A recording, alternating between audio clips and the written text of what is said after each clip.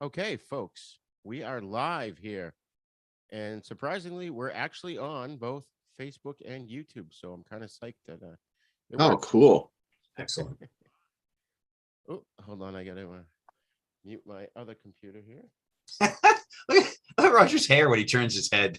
It's like a ski jump. It's kind of like the Statue of Liberty. You can do a kickflip off that. It kind of reminds me of the Grinch Who Stole Christmas. Like they go up to that hill and it's like comes up, that cliff, and it goes all the way up and then stops. My hair's sticking up in the middle too, but it's just hat head. Well, I don't really have hair to speak of, so I'm just admiring. That's the easy way. Yours, yeah. Oh well. All right. So I'm a long blonde these days. That's what you're. Wow, dude. Yeah. I didn't know you were hiding that under there. I didn't either. I just have seen you with the hat, so I didn't. Yeah, this is all actually Lauren's doing. She's my professional hair dresser. Oh, neat. So That's I mostly really wear the cool. hat to keep it out of my eyes. Yeah. So.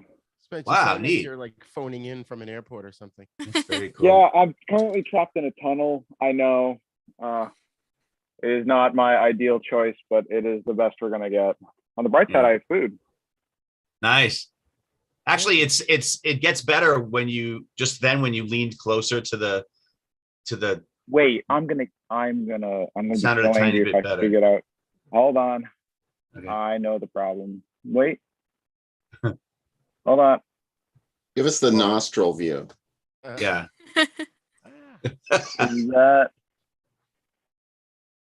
any better? Yes. Yeah. Okay. Like That's like you're in the room. Much better. so much better. Yeah. Well, your guys' quality also improved. Welcome to the land of the living. Wow. All right, great. I'm a wizard. You did it. You are a wizard. You're a wizard, Harry. There we go. Okay. For some reason, the Facebook every so often freezes, so it confuses me. Excuse me. All right. So, folks, hello and welcome to episode 7 of Fright Lounge, the show in which the best horrorologists in town will discuss horror in depth to get a conversation going for seasoned horror viewers as well as newbies to the horror genre. So, I am your host, Rigor, from the podcasts Then Is Now, The East Meets the West, and the Cult Movie Lounge. And with me is Bill Van Ryn. From Fanzine Drive-In Asylum and also the weekly webcast, the Drive-In Asylum double feature with my co-host Sam Panico. Awesome. And joining us today are two previous guests, Michael and Spency. Glad you guys could join us. Hey. Glad Hello. to be here. And we've got newcomer to the Fright Lounge, Lauren. Welcome, Lauren. Hello. Awesome. Hi, Lauren. I like your ears, cat ears Thanks. over there. Yep. I like your Michael Do you like my what? background. Oh, my background. Yeah. I know. I got all excited when I knew we were going to be doing Fright Lounge video, and I went online. I was like, "What can I use for my background?" That's awesome. Picked out like 6 different things, and every time we do it, I'm like, this one. Spencer's background is actually chroma keyed. Did you know that? It's so realistic. Chroma Is key that- all the way into my room. Is that poster crooked on the wall, or is this like an No, optical? it's actually I think it's actually because my laptop is crooked. Okay. Yeah, it's a poster of Heath Ledger's Joker. I just want to go fix it. Yeah. You're like, here, I'm I gonna- know. It's not the poster, I promise. It's the laptop. I feel better about it now. Yeah, my OCD was in the back of my head going, fix it. Reminds me of the Simpsons episode where Marge went to a career fair and the guy was like, "You could be a professional picture straightener." All right, folks. So over on Then Is Now podcast, we're going to be starting up our yearly event soon called 13 Days of Hallowtober, in which we release an episode a day for the last 13 days of October. Our theme this year is vampire films. So to kind of give you a little precursor, we here at Fright Lounge figured we jump into 2 fun vampire films. We're doing What We Do in the Shadows from 2014, directed, written, and starring by Taika Waititi and Jermaine Clement. And we're also going to cover the film Shadow of the Vampire from 2000, which stars John Malkovich, Willem Dafoe, and of course, the awesome Udo Kier. So first up, what we're going to do is we're going to talk about What We Do in the Shadows. And I've got a brief plot here. Viago, Deacon, Peter, and Vladislav are vampires who are struggling with the mundane. Hold on one second. I'll leave you hanging on the word mundane. Mundane. I wasn't recording. Ah, Always something, folks. are we going to start over? Uh, Got to get all that 10 minutes of beef footage. I mean, all we really did was, Yeah, I'm kidding. yeah. You know what? but you could do the I introduction can download part. it from YouTube as well. I just have to wait till like noon. You've done this 100 times. Just edit it in. Well, I have to, but I don't actually have the footage. Zoom records it, so I have to download it from YouTube. But that's Oh, yeah. So the plot of What We Do in the Shadows is as follows. Viago, Deacon, Peter, and Vladislav are vampires who are struggling with the mundane aspects of modern life, like paying rent, keeping up with the chore wheel, trying to get into nightclubs, and overcoming flatmate conflicts. So this film is basically, it's a mockumentary. It's done like a reality show with four vampires living together, and of course, hilarity ensues. So let's go around the table and I'll ask you guys, when did you first see this and what was your first impression? Lauren, I know you really wanted to cover this movie, so why don't you go first? I love it.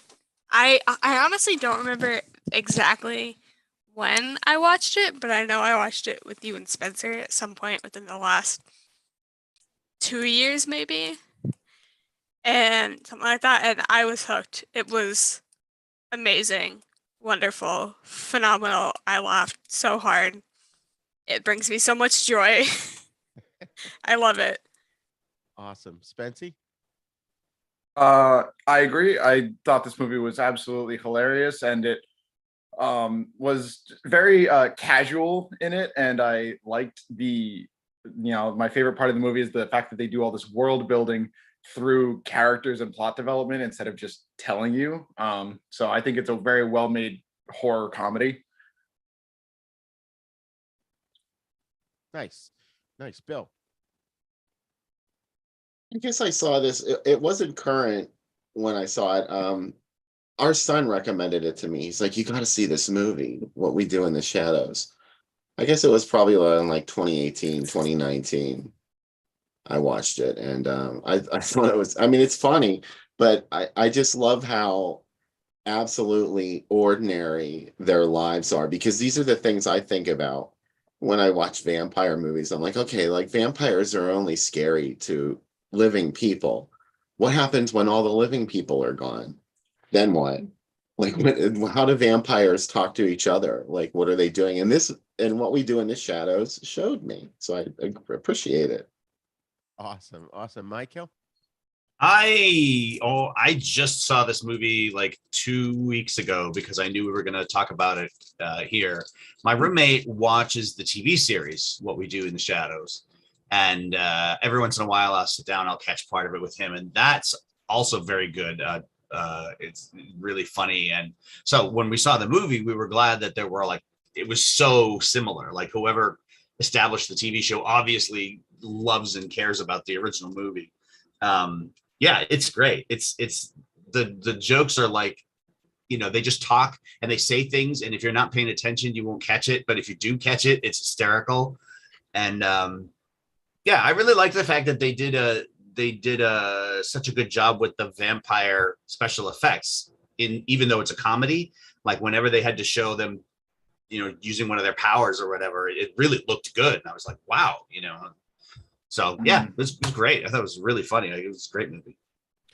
Yeah, I forget where I had heard about this. Probably something online, but I remember someone telling me that it was hilarious. So I checked it out probably same time as you, Bill, around 2018 or 2019. And this was of course well before Taika Waititi became super popular than he is now.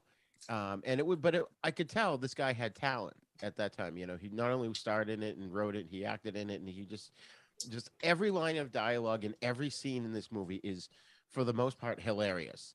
There are a few serious moments which they actually handle very well. We'll get into that later. But also, to agree with you, Michael, that one of the things that really impressed me with this film was the effects that I did not expect. And in fact, when I went to watch it this time around, it had been so long since I'd seen it that I only thought there was like maybe 2 or 3 effects in it, and I didn't think they showed the werewolves transforming. And there was like way more in this movie than I remembered. And didn't expect that when I went to watch it again. I had kind of forgotten, so I was glad I watched it again. Although I haven't seen the TV series yet. I've got to put that on my list. Well, It's actually, it is good. on my list, but yeah.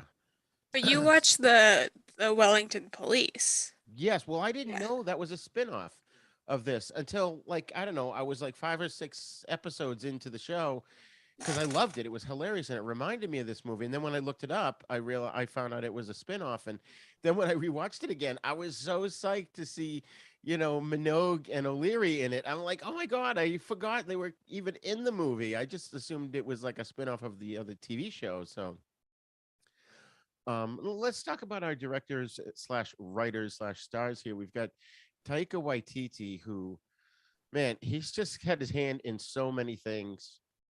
And I don't know. Does somebody want to comment on him and his directing here? So I've been really into like going more into his discography with him starting this, then doing like Jojo Rabbit and the 2 most recent Thor movies, and I think a handful of other stuff. And I was even watching. He did an interview with, I want to say it was either GQ or Vanity Fair, where he goes over all of his movies and the way that he researches for roles. Even he played Blackbeard in that pirate movie that just recently came out.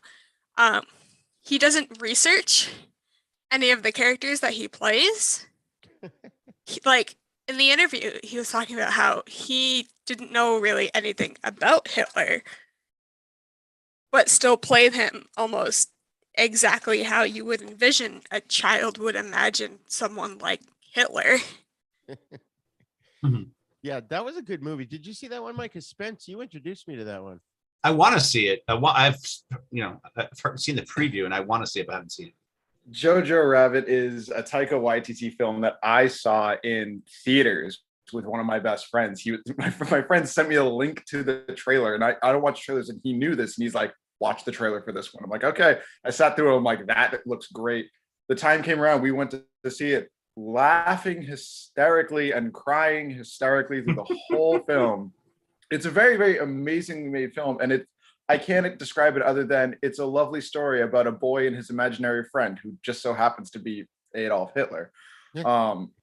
Taika Waititi is a fantastic filmmaker. I mean, he directed Thor Ragnarok, one of the most well-respected and well-liked MCU movies ever. And like you said, Pop, he's had a hand in a couple of things. He apparently, I just read on his Wikipedia page, he wrote the first screenplay for Disney's Moana. Oh, really? So yeah, he's had a lot of creative input. And when it comes to What We Do in the Shadows, like you said, every line of dialogue is very funny. And there's always just small details that they throw in there. One of my favorite details in the whole thing is the beginning part of the movie. They're introducing all the characters, and Viago's like knocking on Vlad's door. He's like, Vlad, he opens the door, and there's like Vlad and like 3 vampire ladies in there, and they like all hiss at him. Door closes, door opens again. It's Vlad like, what's up? So I thought just this whole movie has got Taika written all over it. Yeah, Bill, what's your experience been with this guy? Well, this is really the only thing that he's done that I'm familiar with. And it was very fast paced, the comedy. I was impressed by that because it reminded me a lot of I don't know, like screwball comedy almost. Like modern screwball comedies like Tootsie and 9 to 5, like that kind of stuff. They all have really fast paced scripts. And an old movie that reminds me of it is The Women. Like I'm talking about the way the script is written, not the content of the movie, but the movie The Women has so many jokes in it that almost every line of dialogue is a joke. And the first time you see it, you really miss a lot of it. And you go back and watch it 2, 3, 4 more times, you'll find something new. That's what this movie is like to me, is like every time you see it, there's something else that you notice that, oh, that went over my head the first time I saw this. That's funny. Yeah, Bill, you might not, I don't think you're a big MCU fan, right? No. Oh. But you definitely got to see Jojo Rabbit. That's like Spencer described. It's just you can't even imagine how someone would come up with the concept and it works. Yeah. I also think he does a fantastic. I was just gonna say he does a fantastic job acting the lead. Yes. Yeah. And even scrolling through his discography right now, just on Google, seeing all the stuff that like you don't even remember that he was in Free Guy, and he was a voice in Lightyear, and like all of this other stuff, Green Lantern, and you can sort of see how he sort of built himself up from something like this to where he is now. And even in the video that I watched, he was talking about how What We Do in the Shadows was like years in the making, that the two of them would just sit and they'd just write about it and just work on it. And it took a while for it to become what it became and what it is now. Interesting. He's got a lot of cool stuff coming up too. Apparently, he's producing a Time Bandits TV series. And then he's going to be directing a Star Wars movie. It's just unannounced or untitled, I should say. He's doing a spin-off finally, except it's not called Swearwolves. It's called Werewolves, WE''RE. Somebody had to do that eventually. Yeah. And he's also producing, he's also writing. I don't know if he's producing, but he's writing a Flash Gordon movie and a live-action version of the anime Akira.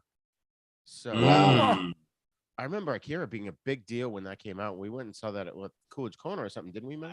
Yeah, we did. I really hope to God he reins in the humor if he's going to make Akira, because that's not a funny story, Right? you know. Well, like Thor. Well, I guess the Thor movies were kind of funny. So well, but that's the other thing also is that I found something I know he directed was the 8th episode of the first season of The Mandalorian, which I've heard raving reviews about, and he had a hand in the creation of that.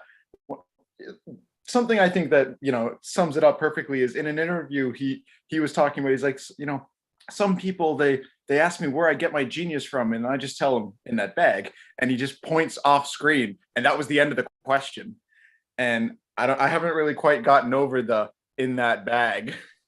I'm like, what bag is he talking about? Okay, now I get the joke. And so I think that his comedy style works, but he also can handle serious moments very well with how it was handled in both this movie and quite a few others. The serious moments were not lost. Mm-hmm. Yeah, the other movie that he was in recently, Our Flag Means Death, where he played Blackbeard, and he was able to pull it off. Isn't that a TV series? Was it a comedy? It was. I haven't gotten around to watching it yet, but my sister watched it, Mm-hmm. and it is a series, and it's a romantic comedy. Mm-hmm. But from what I've heard, it's not just like sort of this level of slapstick that he sort of gives. And even seeing him in Jojo Rabbit, he was able to take a serious role and a serious concept, add a respectable level of humor to it, and keep it accurate and fully like respectful and not so obnoxious of like, I'm Hitler, ha ha ha. Waka waka, Yeah, exactly. Yeah, no. But still stay true to like everything else that happened, and to have the serious moments in it. Good. Yeah. Without it like going over people's heads. It's like, oh ha ha ha, oh shit. Or even offending people. I mean, that's Yeah. a subject for some. He definitely proved that you can handle something as touchy as Nazi Germany and make a movie that is well received and not widely condemned. It's very well done. Yeah, that's not easy to do. That subject exactly. matter, yeah. So I will watch almost anything with his name attached to it at this point, because I haven't been disappointed at all so far. So I think that just kind of sums up how this star, director, and co-writer, co-director, and co-star worked with this movie. He also did a movie in 2016 called Hunt for the Wilder People, which I want to see because I've heard it mentioned so many times, and I really want to check it out. Huh. Mm. Interesting. Oh, well, let's talk about a little bit about Jermaine Clement. It's Jermaine with no R. I'm a Boston guy pronouncing my R here. Jermaine Clement, and he was great in this. And I mean, obviously, he contributed to the script and he contributed to the directing.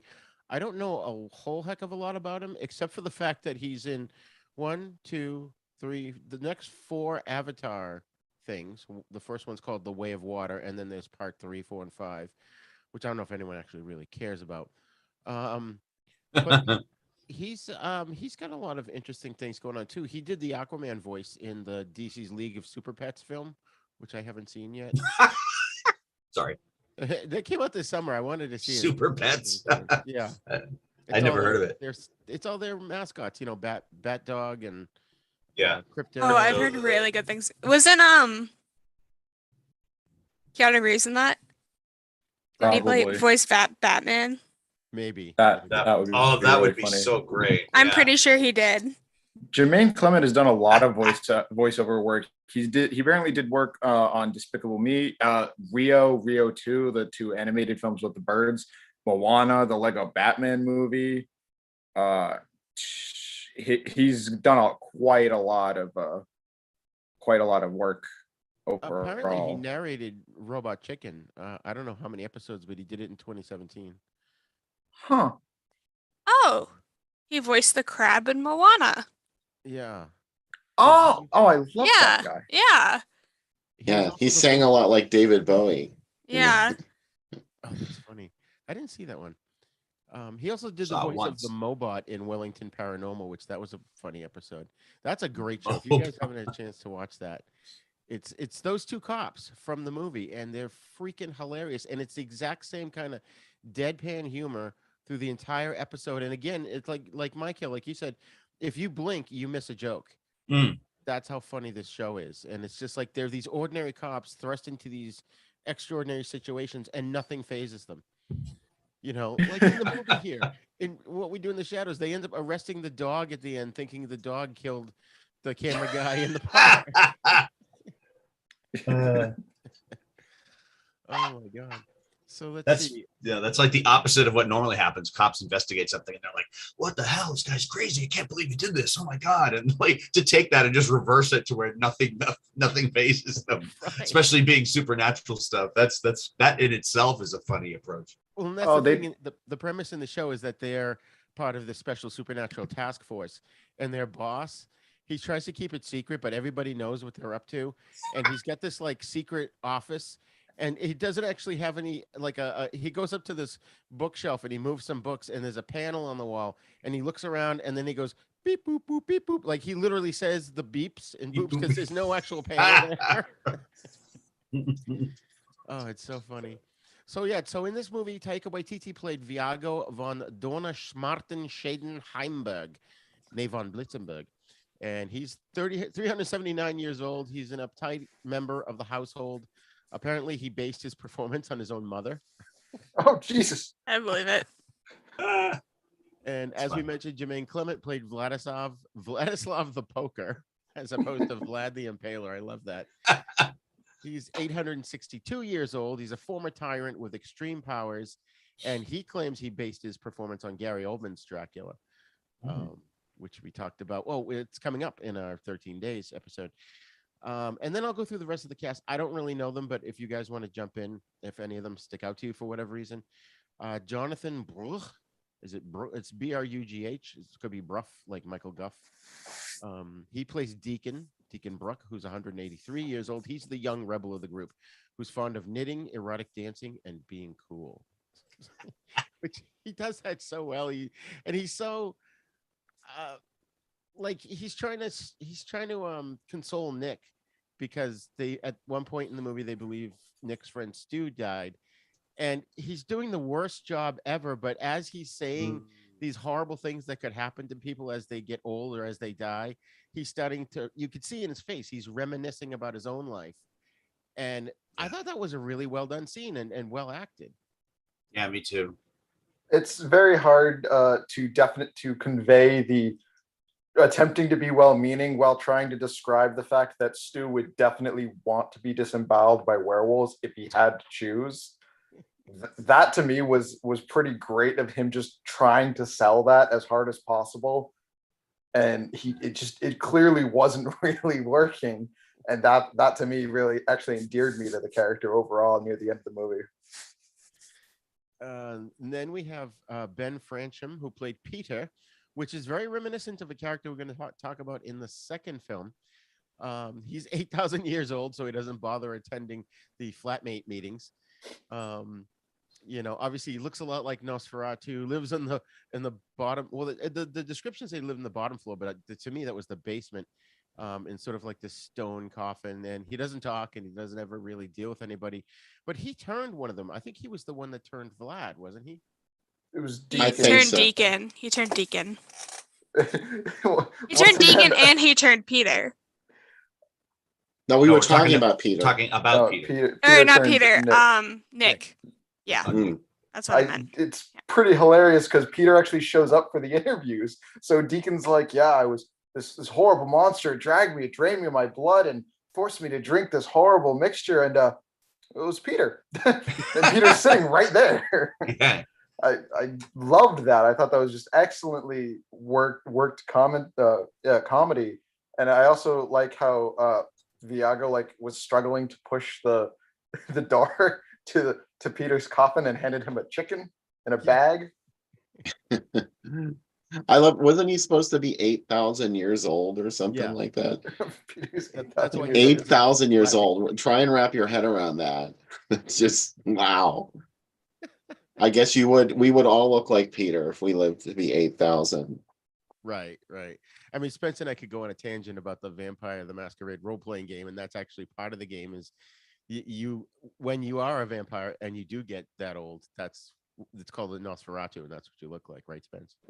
So, yeah, kind of, sort of. They do have this age thing, and the older ones tend to give the Nosferatu look and all that stuff. I like that they all had these different archetypes. The characters were very, very fun. Like they said, they had the young bad boy who was only 189 years old, and then they had the uptight Victorian vampire, and then they had the medieval tyrant, and then they had the ancient vampire that turned most of them. I like the fact that the actor didn't really have any lines, but he still managed to be really funny, and it was very clear, he grumbled and stuff, but that you could really tell from his face and his body language alone, what he was thinking or feeling, and he was really funny in spite of not having any words to say. Oh yeah. He was just so scary. It's not easy. It is a challenge. So then just real quick, we've got Corey Gonzalez Macure, who played Nick, and Stu Rutherford played Stu. Stu. I just love the fact that they let these guys just hang out with them. Like they let Nick hang out with them, and then Nick brings a friend. Yeah. And that's like a typical, 20-something thing where people are hanging out and then they're, hey, oh, who's this guy? Oh, you're not really part of our club, but all right, fine. Oh, he brought a friend too, My favorite is when Nick gets turned. What? Nick gets turned. It's this horrific chase sequence of him running away from all three of the main vampires, and then at the very end, I forgot that happened. So I'm watching the movie. I'm like, okay, this is fun. He's going through, it's a bunch of scary moments, really funny moments, all that stuff. He's finally out of the house. You're like, oh, this is great. And Peter gets him, and everybody's like, oh, Peter got him. Damn it. Top tier. Just I don't want to say slapstick, but the fact that it's all funny in the scene makes it that much funnier. Yeah. Oh yeah. It's like the comedy equivalent of a jump scare. You're paying attention to something else, and all of a sudden, bam, something happens. It's really funny, More so than much scary, but something that you didn't see it coming and didn't expect it, but it makes the scene 10 times funnier. Yeah. Right. one of the characters I liked, and I would like to see, I guess it might be, excuse me, might be a little bit too late, was Jackie, who was played by Jackie Van Beek. She was Deacon's familiar that cleaned up after him, and she connects him with the potential victims. And she wanted. I liked her little story there because she was promised he was going to turn her, Yeah. and she's like, "Look, I'm not getting any younger. I kind of want to stay this age for the rest of eternity." And then he would make her forget yeah, the conversation. And that was yeah, that was interesting. I wanted to see that too. Like, did she ever get, Well, we saw what her became again of- at the party. She had. Oh, that's right. That's right. That's right. Yeah. I forget. Was it Nick that turned her? Somebody else Oh, turned it. Yeah. she's like, oh yeah, Nick turned me, and then Deacon's like, well, that was rude. Yeah. I like that little how they treat human beings like they're just pets and food and stuff. It's very funny to me because like, hey, you took my servant, like really, and the interactions between people gets very very funny. Oh yeah, yeah. We had Ethel Robinson who played Katherine Heimberg. She was Viago's love that he never was unrequited because what was it? His boat. He was traveling to New Zealand, but his boat took the wrong turn or something, and it took. Yeah, the wrong shipping label. That's right. So it took 18 months. And she had already moved on, and at this point, she's an old woman, but he still would stand outside her, her house or apartment. And look Oh, up yeah. kind of like I liked that. That was a nice little touch, even though it was a little stalkerish. It's very humanizing. Yeah. It sort of makes you understand Mm. the difference of like what we go through with our relationships versus what they go through of like we age the same as our partners do and the same as the people that we love, Right. but they don't. Yeah. It's the whole, for me, it's the whole who wants to live forever thing from Highlander. Like, he stays with his first wife and he has to watch her get old and die while he stays the way he was, physically as he was when he first got killed. And that's like, he's just tortured by that, And then it's the matter of do they want to turn their loved ones so that they can live forever with them, but also they're stuck living this way that they know isn't the right way to live. Yeah, this movie has a lot of references to other vampire films, and that's one of the things I enjoyed the most about it. But the one movie that nobody ever seems to talk about that this is owes a huge debt to is The Hunger, which was by extension, it was a film version of a novel by Whitley Strieber. And Tony Scott directed it, Ridley Scott's brother, who is now deceased. And I think the very next movie he made was Top Gun. There might have been one between The Hunger and Top Gun. But The Hunger it was not a comedy, obviously. It was a horror movie.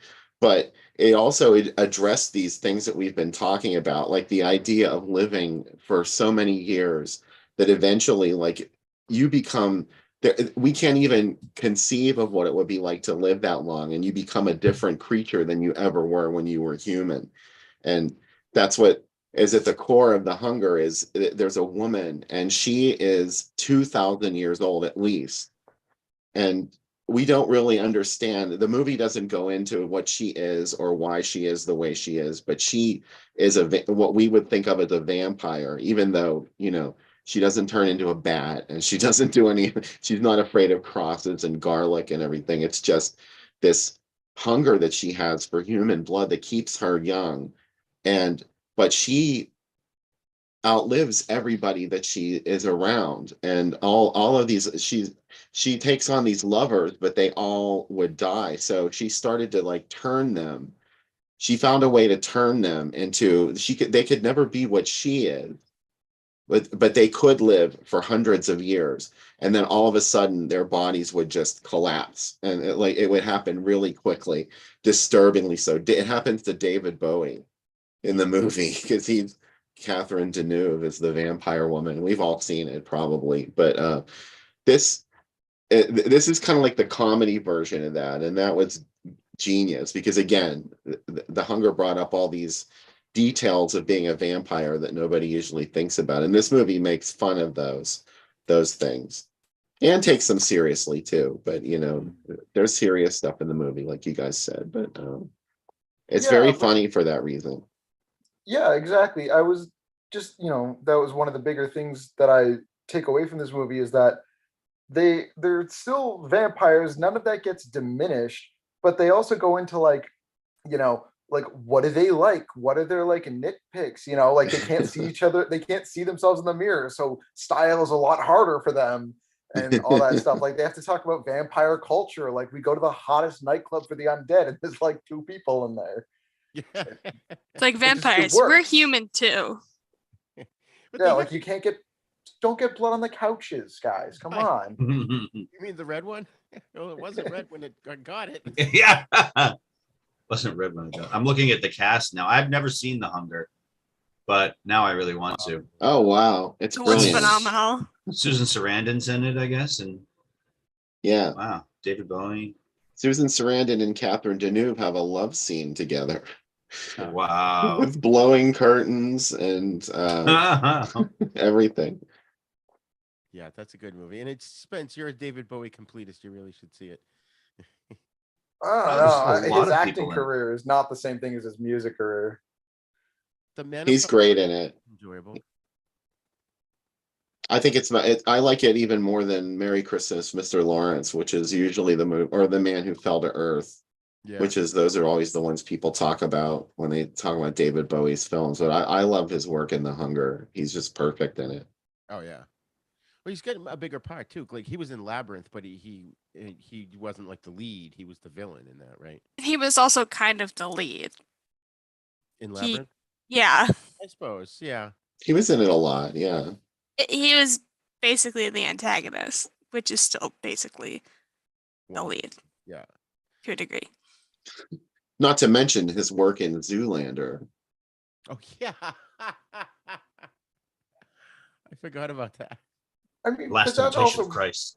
brings up something funny about what we do in the shadows is there is no antagonist. It's it's a mockumentary. It's just like exploring the lives of these vampires. So there's a couple of points where they time jump. 8 months later happens in the movie because they don't need to show us everything and nothing really changes for them. So it works when they make certain choices for the movies to show us things that we care about, but they don't have to reiterate the same thing. They're not doing the rule of threes of you're encountering the same problem. But if they do encounter the same problem, it's no longer the focus. Like they establish Viago, he's terrible at sucking blood out of people. He keeps like nicking the artery, and they keep bleeding everywhere. And then when they're chasing Nick, Nick turns into the room, and Viago's trying to catch the blood out of the girl that he has once again nicked the artery of. And it's just a quick flash moment, but we all get it, and it's funny because of the previous scenes in the movie. Yeah. Right. And Mike, you just mentioned Last Temptation of Christ. I forgot he was Pontius Pilate in that. It's Pontius Pilate. Yeah. I mean, he only had like 2 scenes, but yeah. And he was also in Twin Peaks Fire Walk with Me, which he was pretty good. Oh yeah. In that. He's a very interesting face. I mean, for him to be on camera was probably a really good idea at the time because he's he's got interesting features. Oh man. You mean Bowie? Yeah. Bowie. Oh yeah. He was in that where he played Tesla. What movie was that? Oh yeah. About the magician. The Illusionist? No. It was one of those. Prestige? It was either The Prestige or The Illusionist. They were all, like similar movies that were out right around the same time, and I get them confused. Yeah. Me too. Thaumaturge. Huh? The Illusionist, the Abjurer, the Evoker. No, these are just wizards. The Prestige. Yeah. It was The Prestige. Okay. Yeah. Thank you, Lauren. that Please was- Google. To mention, we've got Karen O'Leary plays Officer O'Leary, and Mike Minogue plays Officer Minogue. I think in the TV show they have different first names for the characters, but them two. Isn't it the same actors though? Yes, it's the absolute yeah. same actors, and Yeah. they stole the movie for me when I saw them because I just loved them so much on the TV show that it was just so great to see them involved in this world. the best part was they picked the worst times to show up too. They're like in the middle of having a vampire fight where Nick's on the wall and Vlad's trying to hold Deacon back while Deacon's midair, and Viaga's like, oh geez, if we kill the policeman, more policemen come. Okay, we can't have that. You don't notice anything weird. They're just walking around. They're like, oh, no smoke alarms. We got to deal with that. And it's just these normal people problems. And the best part is at the end, Vlad's like, before we kill them, we should absolutely see if we have any more safety issues. I'm like, yeah, that's what a homeowner would think about. Right. Yeah, that's good. Excuse me. I guess the movie is based on a short film from 2005 called What We Do in the Shadows, Interviews with Some Vampires. Huh. So, and they made it into the first feature adaptation. I'm sorry, they made the feature film adaptation, and they shot it in Wellington, in New Zealand. So, they seem to love the town of, or the city of Wellington. There, it's pretty cool. I love it. You know, with the park where they happen to walk by the werewolves. Yeah, that was so good. And yeah, like somebody said earlier, I was not expecting them to like transform into werewolves. I it seemed like they were just sort of glossing, like touching the surface of like, okay, some of them have like a lot of, beard or whatever, and they're you can sort of tell by their behavior that they're a little bit, animalistic, whatever. But like, that was like the first time we saw them in the movie. They just walked past them. And then later on, they were like trying to chain themselves up because they knew they were going to transform or something. Yeah. And they crossed paths with them again. And then they just full on started like transforming into werewolves and chasing them around and killing people. And I was like, oh my God. I didn't expect that at all. I love that the characters in these movies, they're these supernatural beings. They're vampires and werewolves, and then there's a few others in the party, but they still have the same hang-ups that humans do. Like when they're doing that scene where the werewolves are chaining themselves up, the lead guy, he's yelling at one guy because he's wearing jeans, and you're going to rip right out of those jeans. You got to be wearing a jogging suit like me. And then there's another guy, he's like, you remember you turned too big. You got to go over to this tree to tie yourself up to. Yeah. And I know it's like little things that you wouldn't even think of, but that we wouldn't think of as audience members, but that they living as those things over time. Yeah. That the little, day-to-day inconveniences and you don't know what it's like, man. You don't know what it's like to like be one of them even has me. a combination lock and he gets yelled at for it. He's like, well, I lost the key on the other one. Yeah. Clearly they've encountered these problems before, which makes it that much funnier. It's also just like when Deacon walks by and he's like, oh, I smell werewolves, and then it starts making like dog references. Yeah. Oh, yeah. It's just like very, very out of whack to what you're expecting, and then they just like very much act like a pack of dogs. At the end of the movie, it's like, yeah, I'm the alpha male, like what I say goes, so that's why we're here. But it's like, it's funny because werewolves, if you refer to a wolf or a werewolf as a dog, that would probably piss them off, because it's like, no. There's a distinction, like in one of the more recent, one of the Planet of the Apes movies that was not the 70s ones, but one of the later ones that was made. There was I forget which one, but the Mark Wahlberg, I think, was the guy, and he referred to one of them as a monkey. One of the characters who was, I guess, a chimp, and he said something about a monkey, and the chimp lost his mind. It just was like, don't ever fucking say that. Whatever he did, he like attacked him, Mm-hmm. And I was like, that's so funny. Like if you're in a certain category and somebody refers to you as some like a lower version or a less, powerful version of you at that thing, then you get pissed off. Well, even I think it was the leader of the werewolf pack. He looks at Vlad and he goes, that offends me. Your fur coat offends me. Yeah. I didn't even catch that. Wait, did he really say that to Vlad? Yes. Yeah. That's awesome. See, there's always something you can find. Yeah. Yes, this is one of those movies with a rewatchability very, very high. Yeah. So, and anytime I watch something that I know we're going to discuss, I'm always like noticing bits that I didn't really pay attention to before, like even Dusk Till Dawn and some other stuff. I was watching it and going, oh, this scene is more interesting than I remember it being. Right. And that whole werewolf sequence was shot so well because, they probably didn't have a huge budget. I didn't actually look up what the budget was, but they did enough like moving of the camera and having things go out of focus well enough that it still put across exactly what was going on. There was no question as to what was happening. Yet they didn't have to show you every special effect up close and in, high definition. Yeah, and there were a couple of glimpses where I was like, I could sort of tell that like the werewolf suit they were using, like at one of the quick flashes of it, I was like, oh, I could sort of see that it was fake, but the overall effect of the scene, it really works well. Yeah, you really believe that the werewolves are there. Yeah. That's one of my favorite sequences. And then also they're just throwing Stu around, literally launching him into the air back and forth. I thought that was a little rough. I didn't remember Stu getting killed. So that caught me off guard. The effects thing, though, the thing that really threw me into the movie and was like, wait, this is really good, is in the bat fight when Deacon grabs Nick while Nick's in bat form, throws him against the wall, and Nick like transforms mid collision with the wall, it looks seamless. It's beautiful.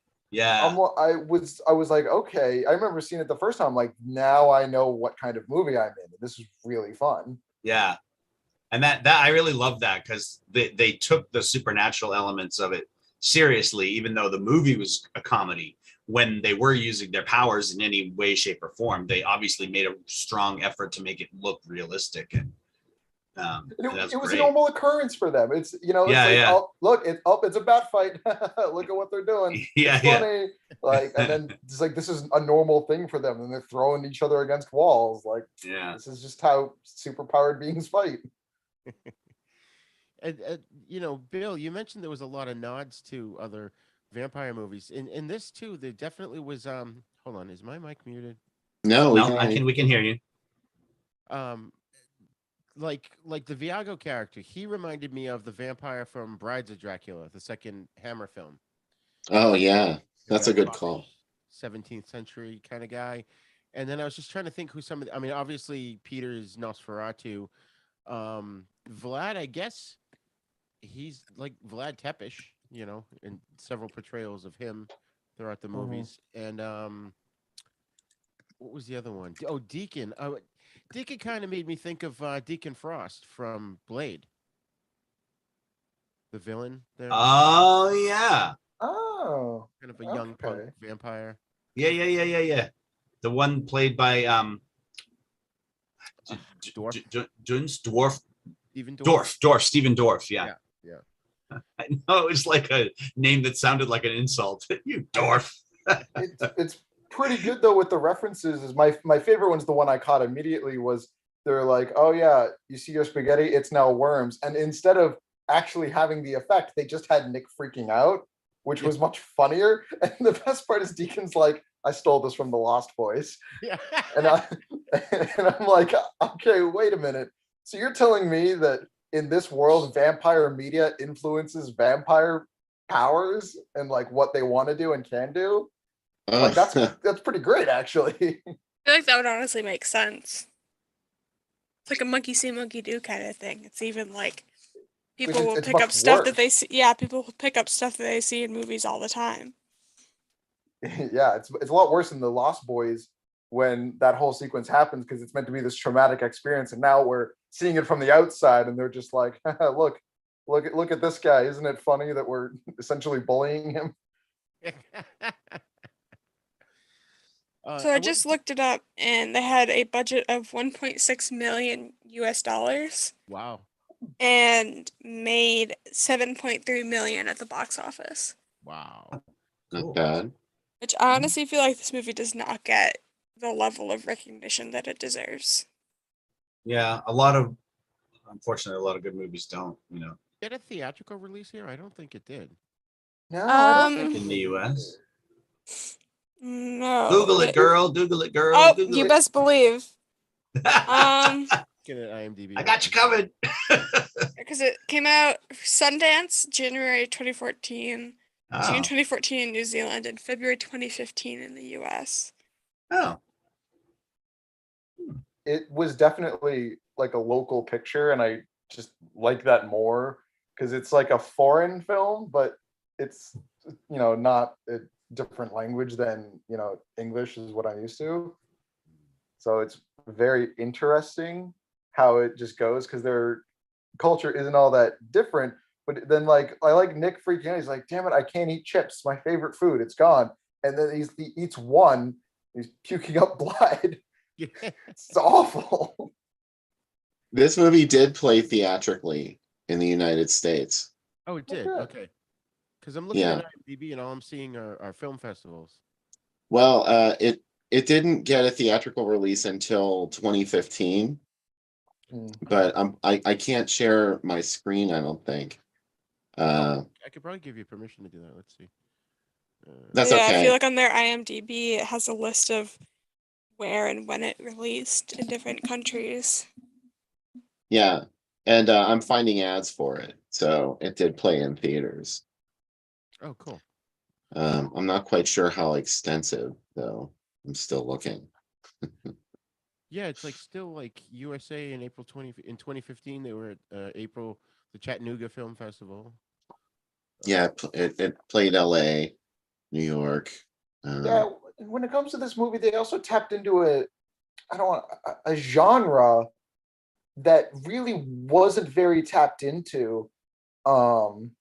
I can't remember what show it was where it was something similar to this, and I think it came out afterwards. It was like a werewolf, a vampire, and a ghost were like sharing an apartment. I can't remember the name of it. Being human. I think. Yeah. Being human. Yeah. So it's a very untapped genre, having these supernatural encounters, but it's normal people problems at the end of the day.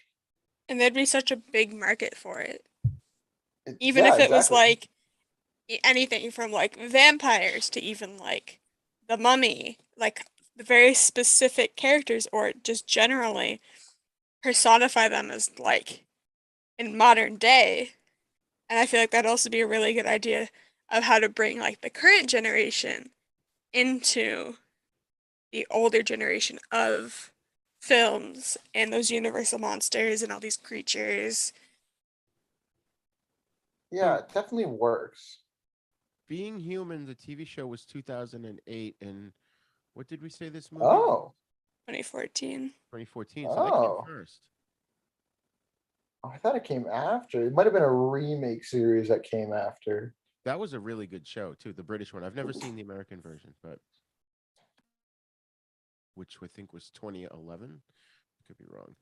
In Pittsburgh, What We Do in the Shadows actually played a local theater called the Hollywood, which sort of went out of business between then and now. So What We Do in the Shadows probably got like it didn't play multiplexes. It was just sort of an art house thing. Like a limited release. Yeah. Yeah. Yeah, interesting. Too bad. I would have liked to have seen that in the movie theaters, but they probably spent all their money on the effects and didn't really have an advertising budget. So I wanted to mention too, Stu Rutherford, who played Stu. In real life, he was an IT technician, and he was a high school friend of Taika Waititi. And Taika told him that he'd only have a bit part in the film, so he wouldn't have to be worried about acting. And it turned out he had a much bigger part, but he did that on purpose because he wanted his acting to seem more natural, which I totally bought him as just sort of this regular dude, you know? Yeah, pretty much. I mean, Stu was very casual. He didn't have that many lines, but it was just like every time it was like, God damn it, Nick, stop telling people we're vampires. Don't worry, Stu. You're cool. Yeah. Stu's like, thanks, guys. And he had kind of figured it out before they told him, didn't he? Didn't he figure it out, sort of? I think so. So Nick had to like sit him down and like essentially come out to him. He's like, dude, I gotta tell you, I'm a vampire. And Stu's like, okay, that's crazy. That's the thing. I love that they just take everything in stride, the characters in this movie, even like the humans, and then they take them to the party with all the monsters there. And I thought that was great when the four or yeah, the four, because even though Peter was gone, they had Nick now, sort of circled around him to protect him from all the other monsters because they wanted to kill him. And Yeah. and then one of the what was it, the beast, the lady there? She points out, well, we're gonna eat the cameraman. I thought that was really funny when they mentioned the fact that there's cameras. It's like these guys, you got two cameras. Didn't one of the camera guys get attacked by the werewolves in that final scene? Yeah. So it's like it's very meta in how they were portraying it. It worked. It totally worked. But there were so many scenes where you forgot that the cameramen were there filming everything, and then in that one they just like referenced them directly, which I thought was kind of cool. Yeah. We mentioned earlier that they would go out to clubs, but they couldn't actually go in unless they were invited in. Yes. They're at the it shows them like at the thing, would invite us in. The guy's like, just go in. It's like, no, you have to invite us. It's like, what the hell's wrong with you? Just I think, isn't that how Stu came aboard? Because he knew someone that worked at one of the clubs and was able to get them in. Oh It was Nick who knew the No, guy. it was Nick that knew a guy. Nick. Oh, it was Nick. Yeah. That's funny. But Stu brought in the computers and the cameras and the phones. You know, and getting back to what you said, Bill, about references, according to Taika Waititi and Jermaine Clement, their favorite vampire movies were The Lost Boys, Bram Stoker's Dracula, and Interview with the Vampire, which apparently they heavily quoted those films, along with films like Blade, Twilight, and Buffy the Vampire Slayer. I'd have to go back now and rewatch it again. I remember noticing at least one line that was from something else. I can't recall which one it was, but I remember when my roommate and I were watching it saying, I think I've heard that before. Like, that's from something else. Yeah. Interesting. There was one other thing I wanted to bring up that was funny. I'm sure it'll come back to me at some point. But anything else you guys want to say about this movie before we do final thoughts? I just want to say that I mean, I know we touched on it already, but that scene where I'm sorry, I'm bad with names. The one vampire is sort of trying to console the other one, and he's talking about death and dying, and it's like funny scene, and like you said, you can tell that he's reflecting on his own years, you know, and then it just very gradually and naturally kind of segues into stuff he's saying about death that anybody in the audience who has ever known anybody who's died, like there's a point where it becomes kind of serious, or he's not talking to the audience, but if you know what it's like to go through that, where you lose somebody, and I was surprised, like, wow, that got really deep for a second. And then he manages to sort of segue back out of it and back into and it naturally works in the conversation, but I just thought that was really artfully done, that to put those serious thoughts about death into an otherwise funny-ish scene. That moment really stood out to me. And with the serious scenes are fantastic. The comedy, the implicit comedy, I think, is also just the best part, in the sense that they never pass up an opportunity to have an enjoyable, you know, I want to use the word joke, but it's not really a punchline. It's just funny because of the situation. Like when they're like, oh, they got invited by, like, it's like the local zombie society and stuff like that. Like, I just was like, that's just so perfect. Instead of it being something normal that vampires and zombies are infiltrated, they have their own little subculture that they're all doing stuff. And they're like, the masquerade, that's a big thing that we go to every year. And even small lines, like when Stu's in there and Stu's like in a tuxedo, it's just a normal person. And they're like, damn, you're really warm. Are you a demon? And he's like, oh, well, no. That line alone just sets up a whole world of opportunity for them to expand upon. But at no point do they have to harp on it. Does it ruin the scene? It doesn't take away from anything. So I love this give and take that they have with all the scenes and how they constructed the movie overall. Like Nick's going around telling everyone, oh, I'm a vampire. And it's just really funny because at one point he's like one of his friends, like, really? I'm a vampire hunter. And he's like, yeah, very funny. And it comes back to bite them. He kills Peter in the process, which that man on fire scene is absolutely hilarious. Vlad running down. It's very sad, but Vlad running down with the bucket of water that he's dripping water out of. And he dumps it on Peter. And he's like, nope, we're done. Too late. It is a woefully small amount of water too, you know.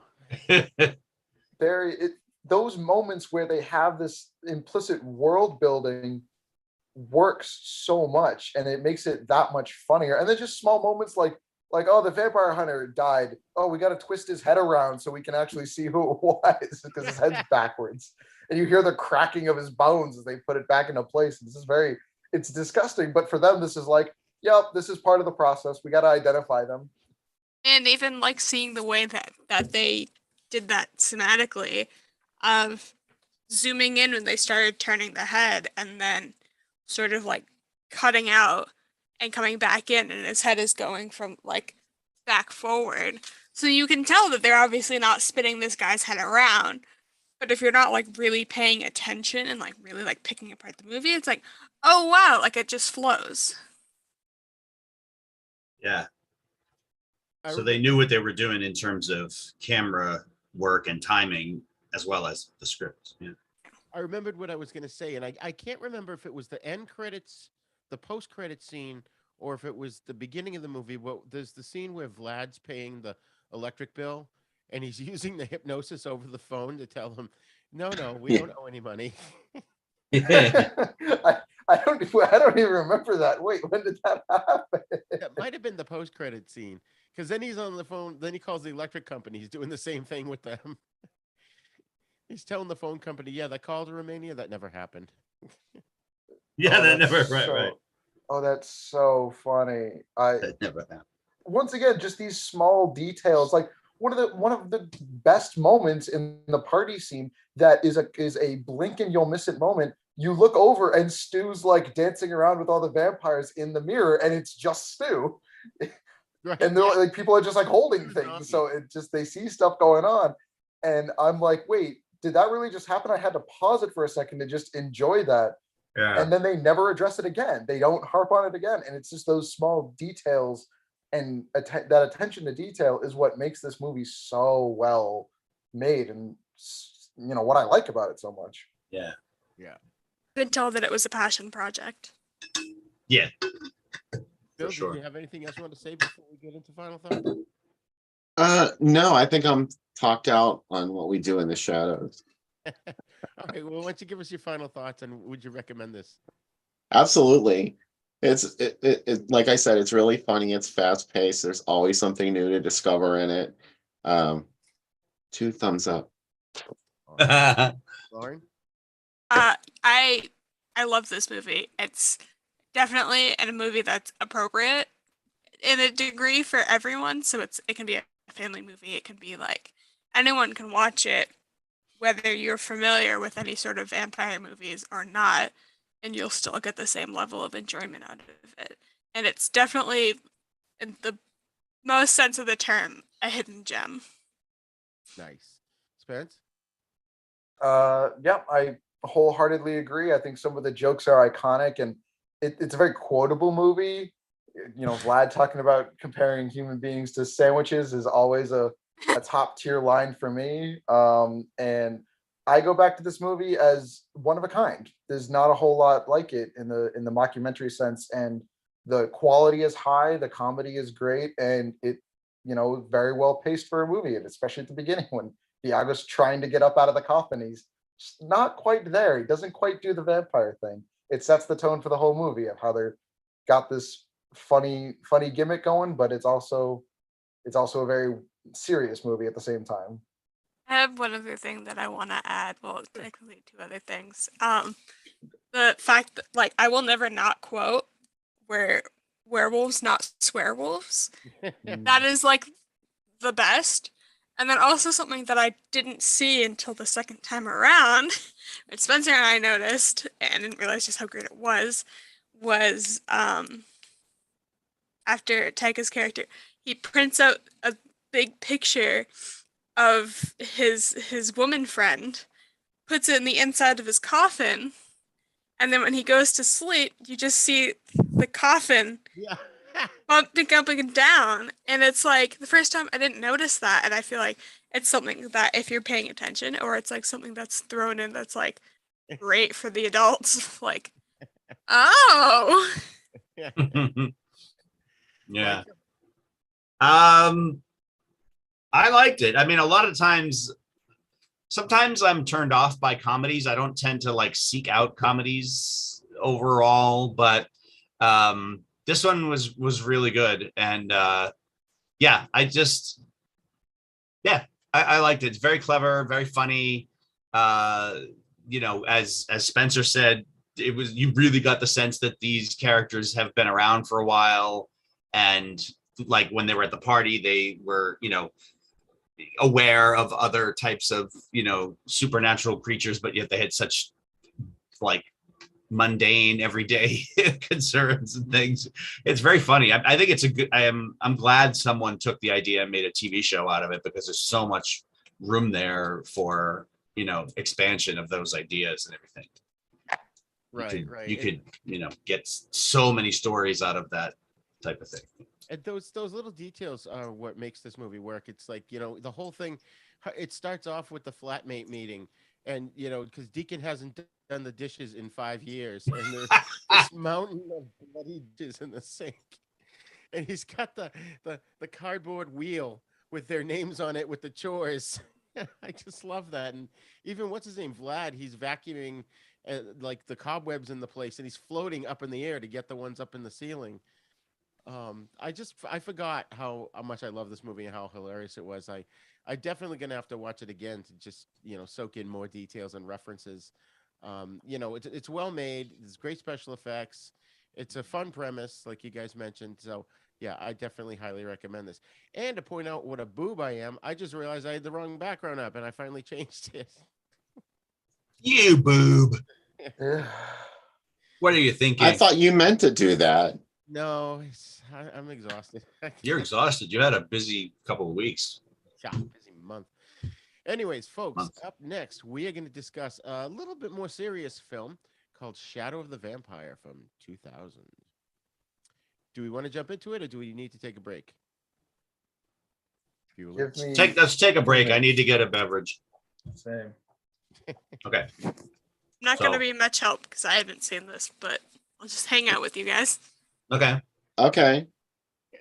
So yeah, I guess break for Okay. Yeah. just like a few minutes for me. I'll switch to the graphic, and then because we don't have any viewers, so I can always edit this part out. Okay. That's my wife for you. What? Lauren is my girlfriend. I know, but did you just say wife? Yeah, I've been dating her for 4.5 years. Yeah. Oh, okay. No, I just wanted to make sure I didn't miss something. No, Not no, yet. you're good. Not yet. Wait a minute. Like, wait, what did he just say? You're good. I've been dodging this bullet for a year now. We're gonna keep going. Okay. I don't know why I can't find my stupid graphic. Let's see. Hold on. Oh, wait a minute. No, that's not the one I wanted to share. There we go. That's the one.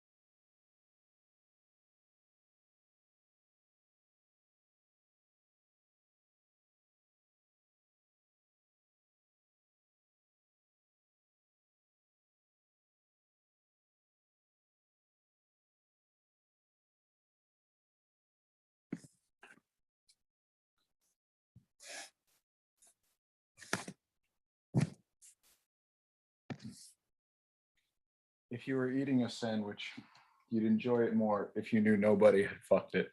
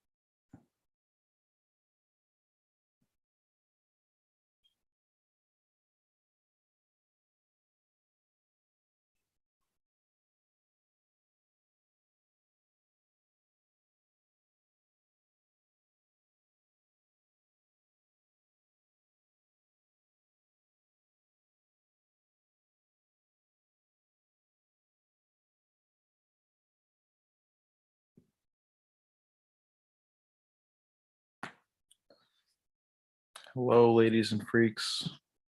I am your host, Spency.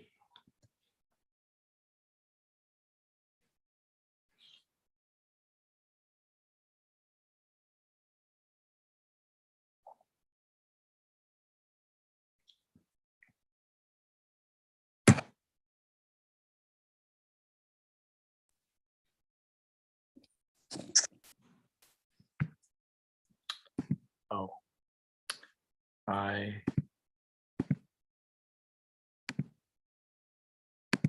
don't know if it's even worth a second half. I don't know anything.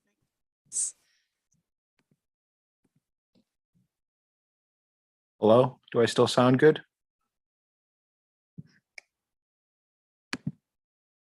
Hello? Do I sound okay? I can't hear you. What? Yes, you sound good. Oh, lovely. Lovely. All right. I'm gonna go.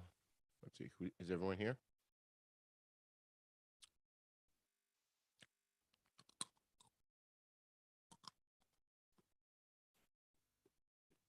All right.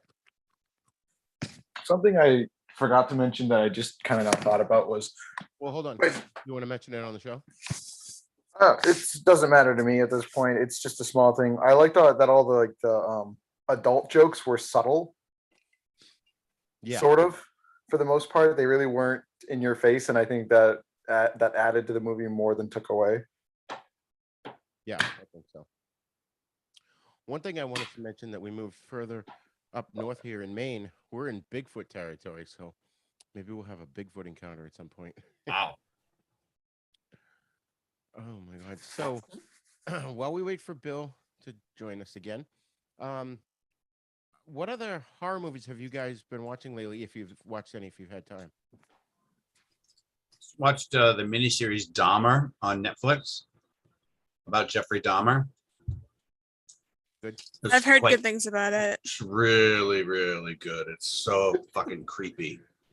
I Dahmer, sold- Dahmer. I sold a couple. I work at the Spirit Halloween, and I sold a couple a blonde wig, pair of those glasses, blood, a chef's hat, and an apron. So they're going as Jeffrey Dahmer and a butcher. Oh my god. Chef. That's awesome. What's the big selling thing this year?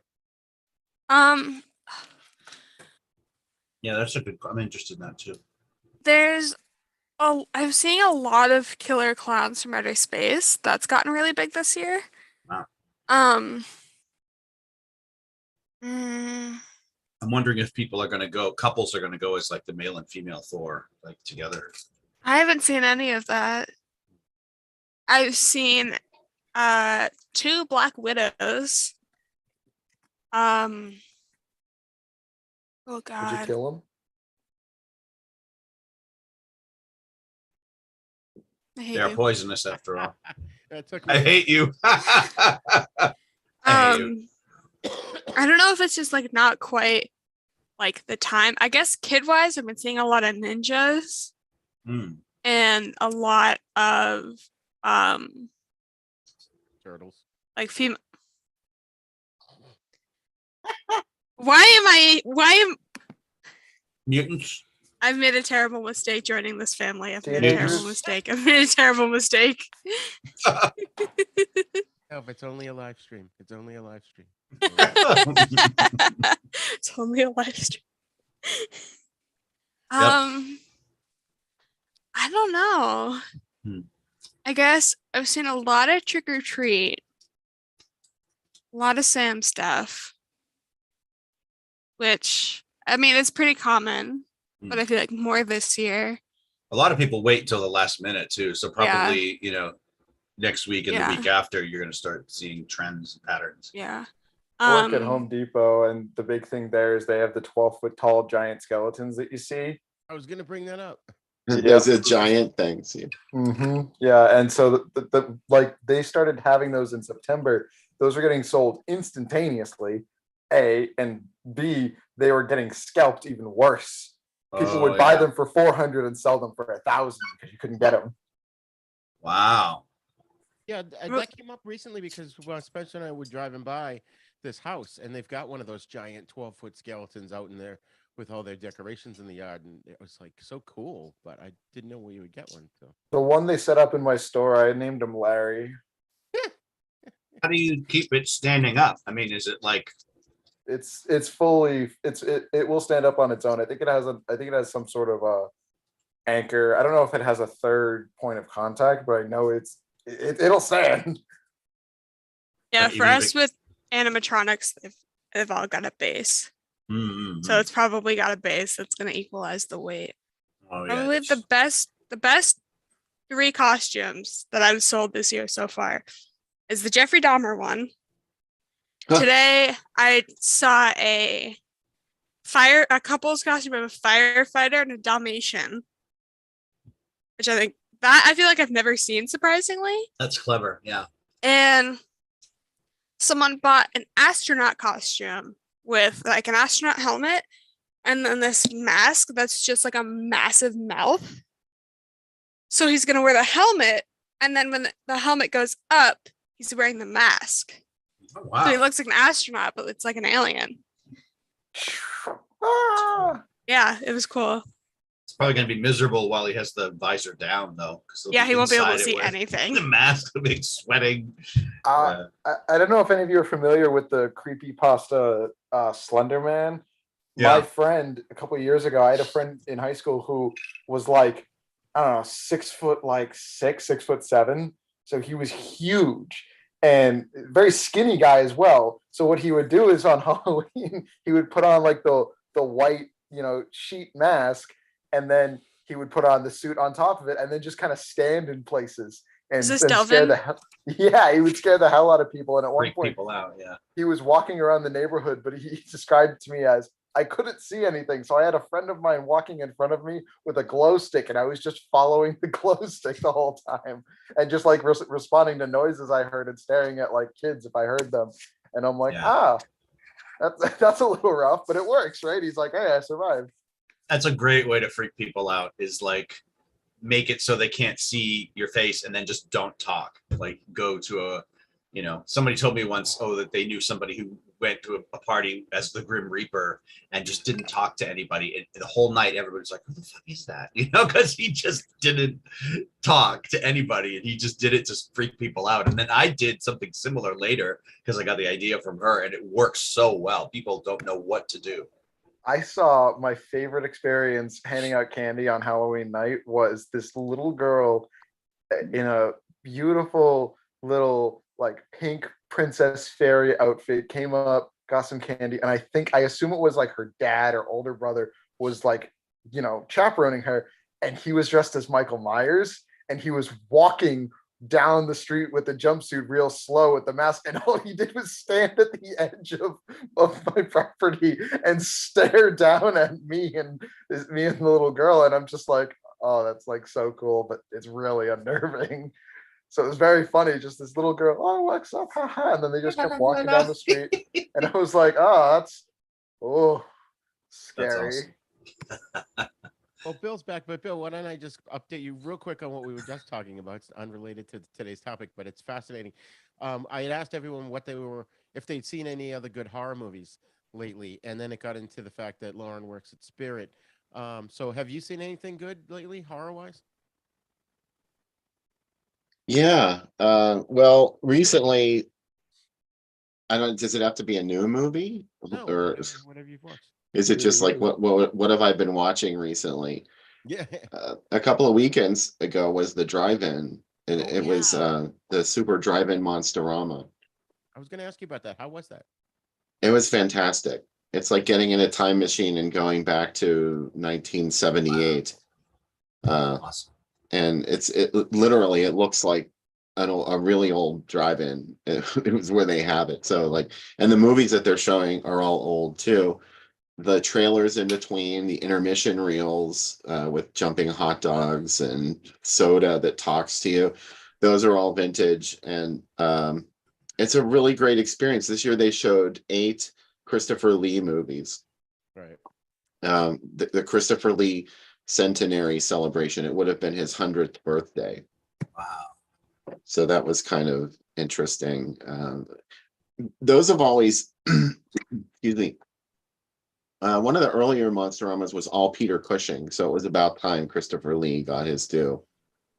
Then they actually showed something. There's usually something at the Monsterama. Out of 8 movies, there's usually 1 or 2 things I haven't seen. And this year it was To the Devil, a Daughter, which was sort of Hammer Films' last-ditch effort to save their studio by making a trendy Exorcist-style movie in 1976, I think is when it came out. Yeah, I had George and Jean on Then Is Now recently, talking about it before, Mhm. before the event, and of course your name came up quite a bit, Bill, in a good way. But if I can share this, let's see if I can do this real quick here. Um, they had like you said, an amazing lineup of films, and I went. When did I go, Bill? It was like 2 years ago, I think, right? Or was it? I don't know. They all kind of run together after a while. I think it was 3 years ago. It couldn't have been, because that would be, wait, 22, 21, 20, maybe it was 2019, April. Hmm. Yeah, because that I would love to get back. It's just, for me, it's just so far. Um, but yeah, how was the experience? I mean, you got to see the original Wicker Man and Curse of Frankenstein. Oh, I love the original Wicker Man. Yeah. It's so high up on my list of things to watch. I have like this massive, because I'm a big horror movie nerd, but not on the basis necessarily of like watching them, but learning about them. Like, I want to do like SFX movies, and I want to be a makeup artist and make monsters. So I love watching like behind the scene videos and stuff more than like the actual movie. So I've seen so much about like the Wicker Man is one of those movies that's super high up on my list because of how much I've seen about it. Yeah. It's a Yeah, great Bill. movie. It has a lot of impact when you see it giant screen like that. Any movie, Sure. really, the way it's intended to be seen. But it happens to be a really strong feature, and they put it on first. So, but I have to say that Horror Express is one of my all-time favorite movies. I like that even more than The Wicker Man. Horror Express is one of those things that was just burned into my brain at a very early age from catching it on late night TV and being absolutely pants pissing, terrified, afraid of this movie. and it still creeps me out to this day. Most of it, I mean, there's nothing all that groundbreaking in it today, but in its day, it really it went places that other movies that I had seen did not go. There were, like, you know, the victims of the creature all bleed from the eyes profusely, and their eyes turn white. There are choppings with a sword. People get their limbs cut off, and there's a zombie scene at the end that's totally out of left field and very, very creepy. That was the highlight of the evening, I think, for me. It was Horror Express. Oh, and on Friday night, you'll see Count Dracula. That's Jess Franco's Count Dracula, not the Hammer film from 1958. This is a 1970 film by Spanish filmmaker Jess Franco, and it's actually the most faithful adaptation of the novel Dracula that I've ever seen to the screen. I've heard it described as that, the most accurate. Yeah, I haven't seen it. That's a picture of him in the background there with the green face. He's got or green lighting on him, I should say. He's got the mustache. Yeah, Dracula has a mustache in well, he has facial hair in the book too, but I think, I don't know, Dracula's mustache looks a little modern in Jess Franco's Count Dracula, but still, when he meets Dracula, his hair and his mustache are all white, and he looks like an old man, which is exactly the way it is in the book. And then the more victims he claims, he starts to get younger and younger, and his hair turns darker and darker. And before Bram Stoker's Dracula, I think that was the only movie that ever really depicted that element of the novel. There are other things too. There's a scene where Dracula feeds his wives a living baby, human baby, and that is in the book, and that was in this movie as well. Disturbing. That was in the Bram Stoker one too, with the Gary Oldman. I think he comes in, he interrupts the three wives when they're having fun with Jonathan Harker, Keanu Reeves. He comes in and he's like, "What the hell are you doing?" And then he like offers them a baby as a snack instead of like don't feed on him, you know, take this instead. Yeah. I read that book and watched that specific movie in high school. I took a horror literature class. Which movie? Wow.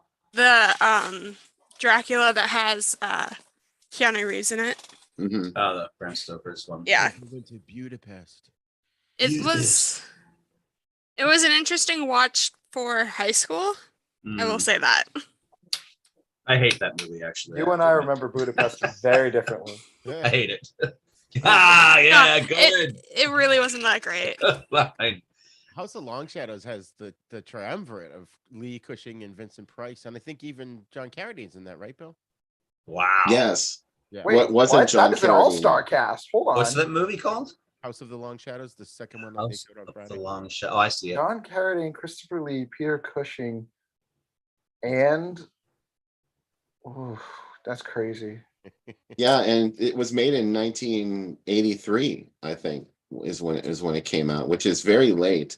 I know that seems ancient to the younger members of our program tonight, but 1983 was late in the careers of these guys, and they were pretty old when that movie was made. Right. I mean, yeah, the Christopher Lee collection. Are we going to watch episode 2 and 3 of Star Wars? No, Bill, I get confused between Castle of Living Dead and Horror Hotel. Which is the one where the girl goes to Salem and she's looking up the book? Horror Hotel. Horror Hotel. Okay. Then which one is Castle of the Living Dead about? Castle of the Living Dead is a 1964 film. I think it's German, if I'm not mistaken. And Christopher Lee plays Count Drago, who has the ability to completely freeze people in place. He makes living statues out of living creatures, like birds.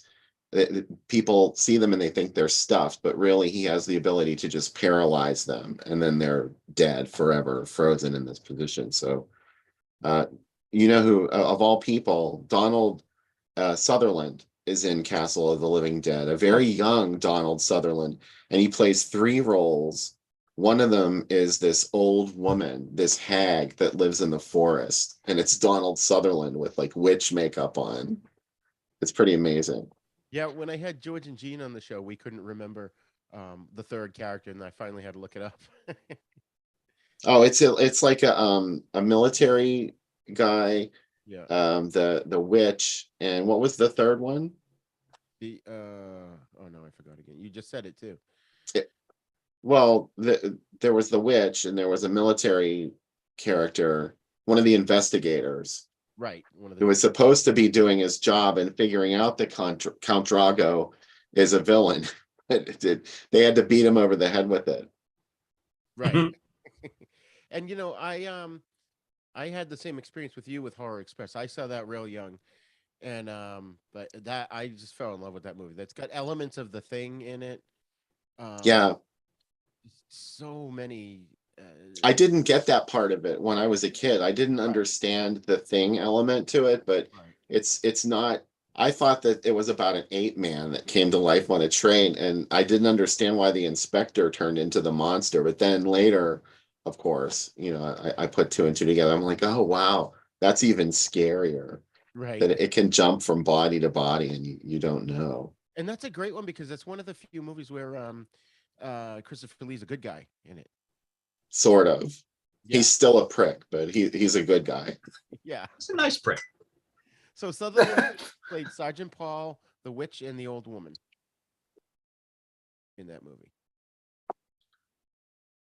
So yeah, so good for you, man. And I assume it was jam packed, right? They even had a I don't know what, reallocate some of the space because of to accommodate so many people at the drive-in. I don't know. I guess so. There are so many people there, but most of the people leave after the first movie. It's so weird. It's weird. Like, I don't know why people do that. I guess, lightweights. I understand it's a commitment to watch 4 movies, one after the other, and you're there for a long time. It's an odyssey. It's like 8-9 hours that you're there at the drive-in. Yeah. But where else can you go and watch movies with Tom Savini was sitting right next to us. He was one space over from us. Sweet. And I went into the snack bar and I saw Doug Bradley, Pinhead himself. Oh, that's right. He lives Wow. in Pittsburgh. He was just in line behind me with his girlfriend. I turned around and I was like, oh, hi. Apparently, there's a new Hellraiser movie on Netflix, but I haven't heard anything about it. You've heard about that too.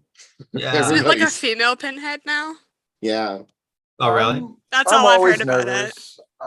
I don't really like the Hellraiser franchise, but that's only because I've heard so many conflicting things about it. It's good, it's bad, some are good, some are bad.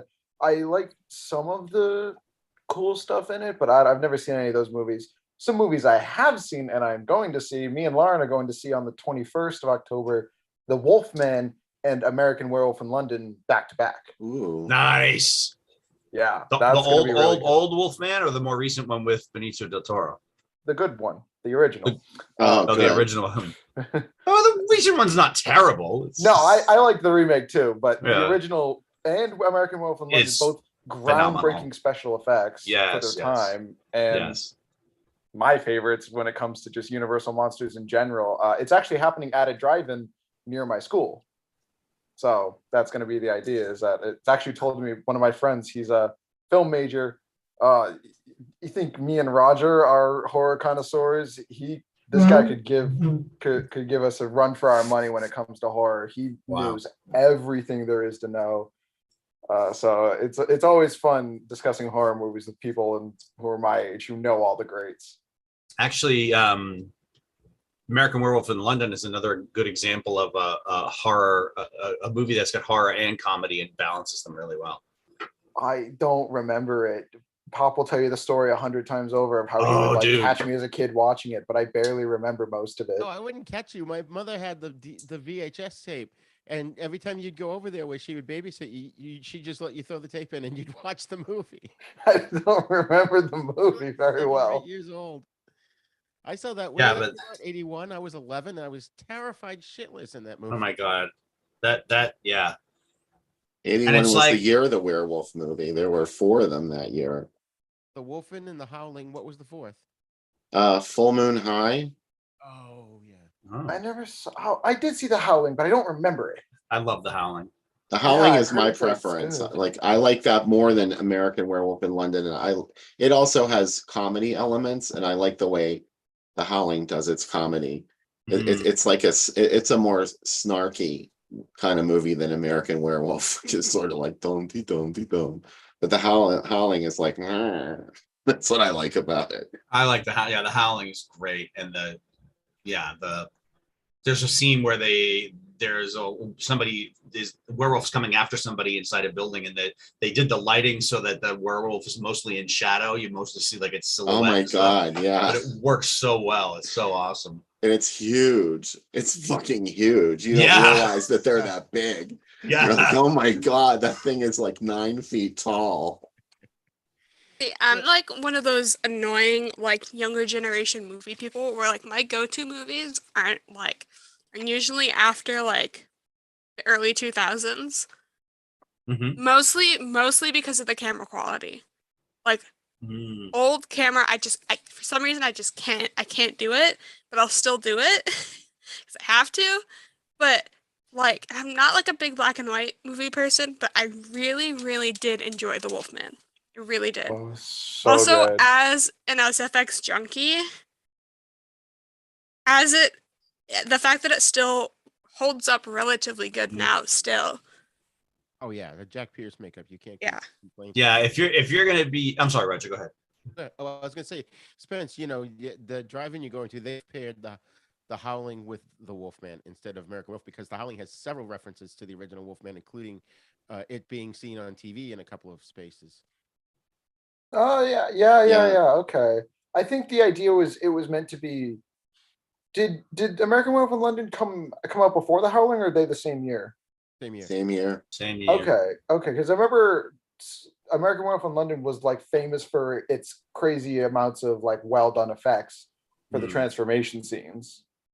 So is the I Howling. remember that. Like Yeah. you really, if you haven't seen it, you should see it. It's just as good as the stuff in American Werewolf, and to me it's a lot creepier because a lot of it is done in like this like dark setting. Like it's beautifully shot. It's not that you can't see it. It's just like there are all these weird dark places in the Howling, whereas like that scene with David Naughton transforming into a werewolf, that's what makes it good too. That one, because it's like in broad daylight. Or like not daylight, but like all the lights are on in his apartment and you can see everything that's happening to him. So the Howling just takes a different approach and it's just as good.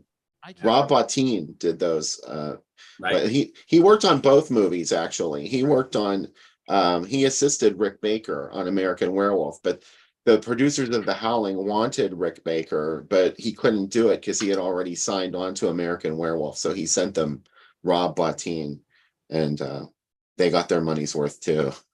Oh yeah. I listened to a whole show about that recently. So, getting back to our theme today, we talked about. Oh, are we on now? Okay. Oh, we've been on. Oh, I thought we were just still chit chatting, BSing during the break time, and it was going long. I was like, we were just waiting for Bill, so I said, I started asking people about. Oh, okay. I'm sorry.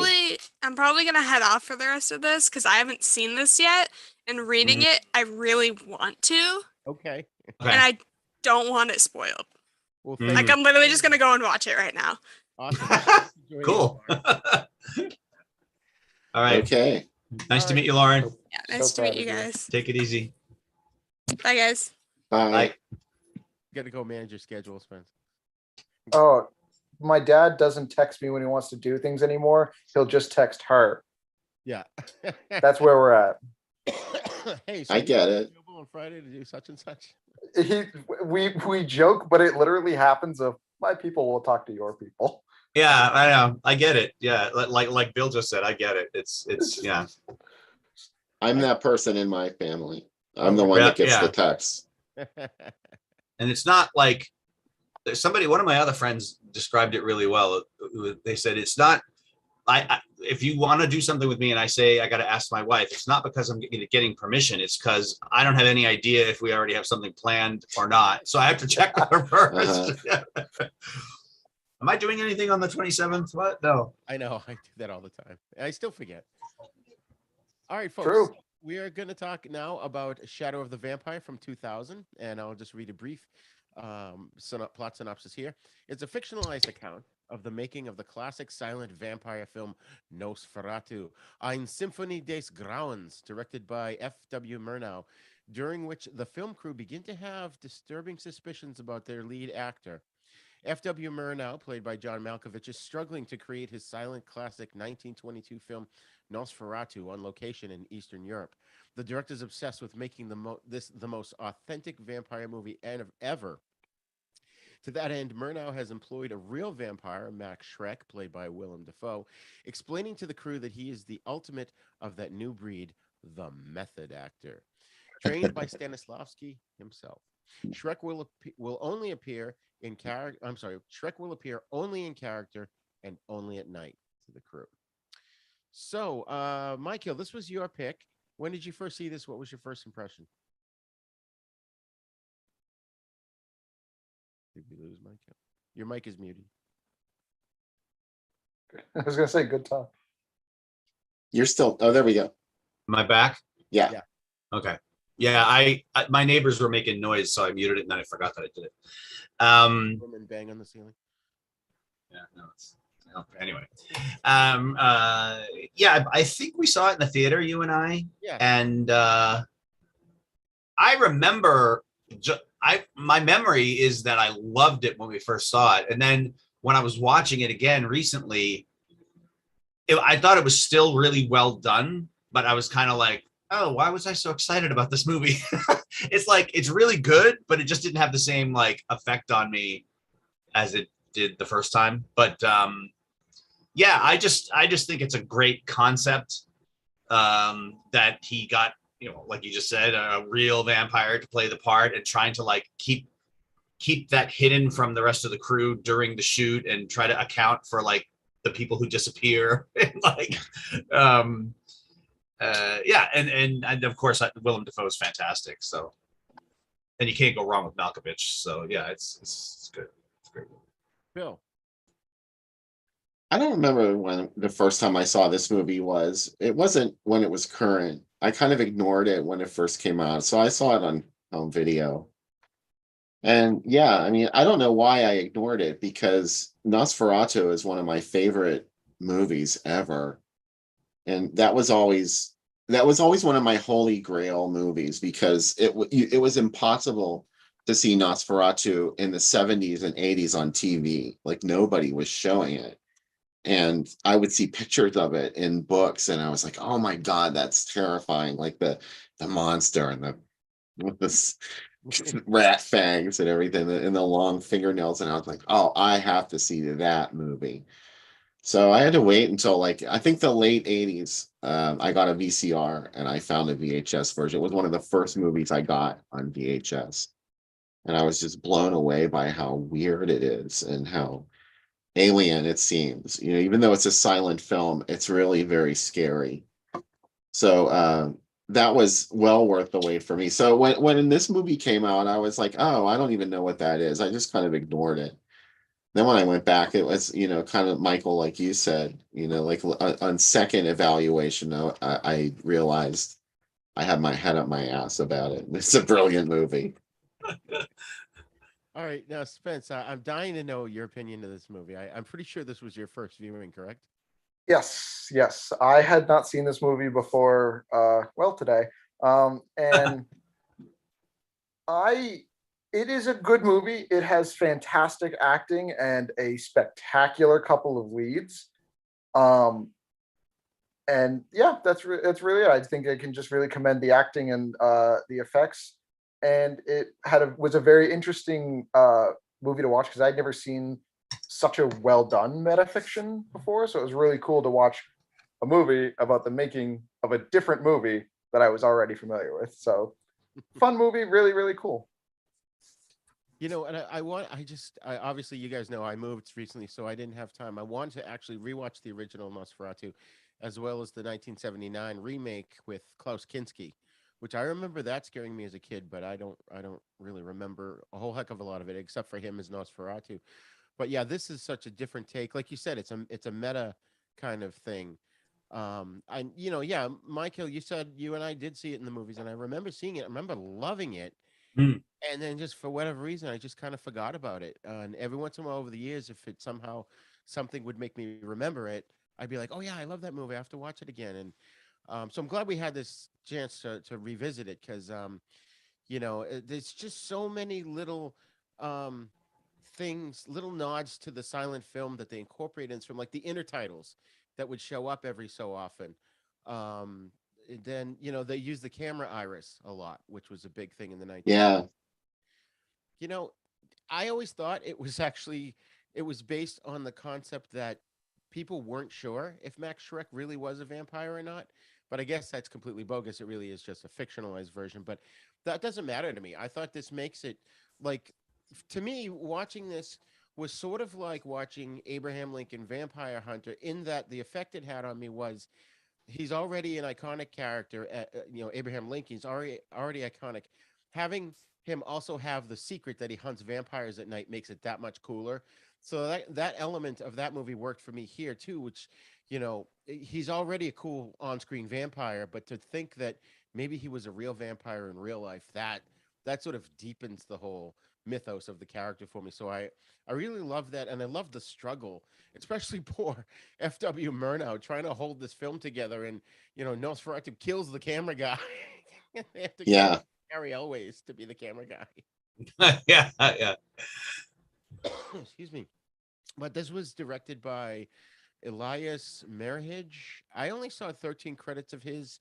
The only one I recognized on IMDb was he was in Suspect Zero. He directed Suspect Zero, that had Spencer, your favorite, Aaron Eckhart, as well as Ben Kingsley and Carrie Ann Moss. I don't recall if I saw that one. I'm familiar with it. Bill, do you know anything about this guy or his movies? No, not really. I'm just I never even paid attention to who directed it. I was just more interested in it as a concept. Let's see. If only there were a way for us to look into this. Yes, we have it right at our fingertips. I have to say that John Malkovich was one of my favorite people to see in a movie right around this time. Yes. So it was interesting but I thought he was playing the vampire, and unfortunately he wasn't. But I love Willem Dafoe also, and I think he does a great job in this movie. Oh yeah, yeah. Let's see. He directed a couple of Marilyn Manson videos. Yep. Suspect Zero. Yep. And that seems to be the last thing he did that wasn't a short. So yeah, he was mostly a video director. Right. And it was well done. I mean, this movie is well shot, and there's so many like interesting little tidbits about it we'll get into. But did you guys notice who the producer was? Yep, I did. Who? Nicolas Cage. That's right. I looked it up. It is the Nicolas Cage. It is not just like, some guy with the same name. It was actually like, the man who, has to deal with the unbearable weight of massive talent. That Nicolas Cage produced this movie. I haven't seen that yet. That instantly, I haven't either, but I just love Nicolas Cage. And, and that kind of like made me really happy, because I'm like, okay, cool. So there was a level of like me going into this also realizing I don't want to use the word surrealism, but Nicolas Cage, every movie he touches has this like slight level of abstract conceptualization of how you should be interpreting the movie to some extent. So I always like that. So it kind of helped me enjoy this movie a little bit more. This movie wasn't my favorite vampire film I've ever seen. It wasn't really what I was expecting, I should say, because I suppose I was expecting more of the back and forth mystery of, is he a vampire? Isn't he a vampire? And then it just kind of was like, but a third of the way through, they were like, nope, definitely a vampire, but now we have to deal with it. And I was like, okay. Yeah. So that kind of threw me off for a large chunk of the movie. But can go back to the all-star cast. I mean, Willem Dafoe, he'll steal the show in anything. Right. And devour the scenery. Mm-hmm. Right. Devour the scenery. That's and perfect. the crew members. It's such a strange movie, because the vampire's teeth, like he basically is like has buck teeth in the front. They never show like bigger fangs in his mouth. It's almost like when he bites people, I'm imagining that he just uses those front teeth because you never see bigger ones, you know. It's Well, just now like that this begs the one. question. I mean, because that's how Nosferatu is portrayed in the actual real film. Mhm. And I haven't seen the original. I got to see it. Yeah. I need to see it. I know, right? Now I really want to see it. In the Dracula novel, how did they portray his fangs? Or does he even have fangs in the novel? I think he does, right? It's been a long time since I've Well, seen I it. don't remember what they Read it. specifically said. I remember it not being like what we're used to, where it's like the two like sexy fangs that show up that they have. I remember it being a little bit more. I don't want to use the word grotesque, but it was a little bit more violent. Like Blade. Jonathan Harker sort of he comments it's all, you know, in his journal, things that he's written in his journal. But he says he does remark about how long his teeth are, that he has very long, sharp looking teeth, but not that there were like the two. He said that the two canines were longer than the rest of the mouth. And I know people that actually look like that, that actually have, you know, longer canine teeth. Yeah. Yeah. Once in a while, you see somebody that has vampire fangs, and they're not fake. So Yeah. I don't But know if he. I go guess ahead, he just had to make it seem like it could be conceivable that this guy could bite you and make you bleed.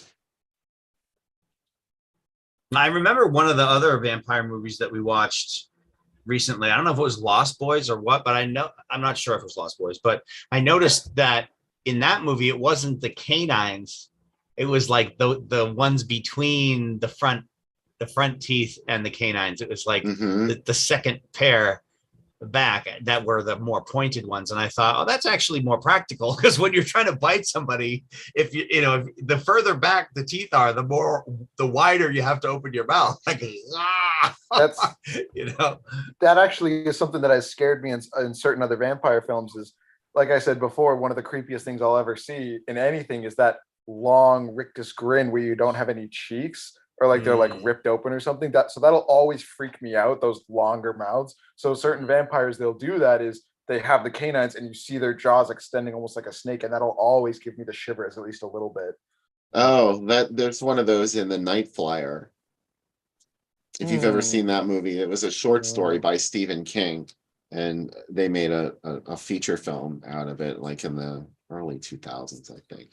And Pretty that good. also happened to the character Amy in Fright Night when she got turned. Yeah, they have a very that's protracted. right. That's right. I don't know. For me, see, it depends. That has the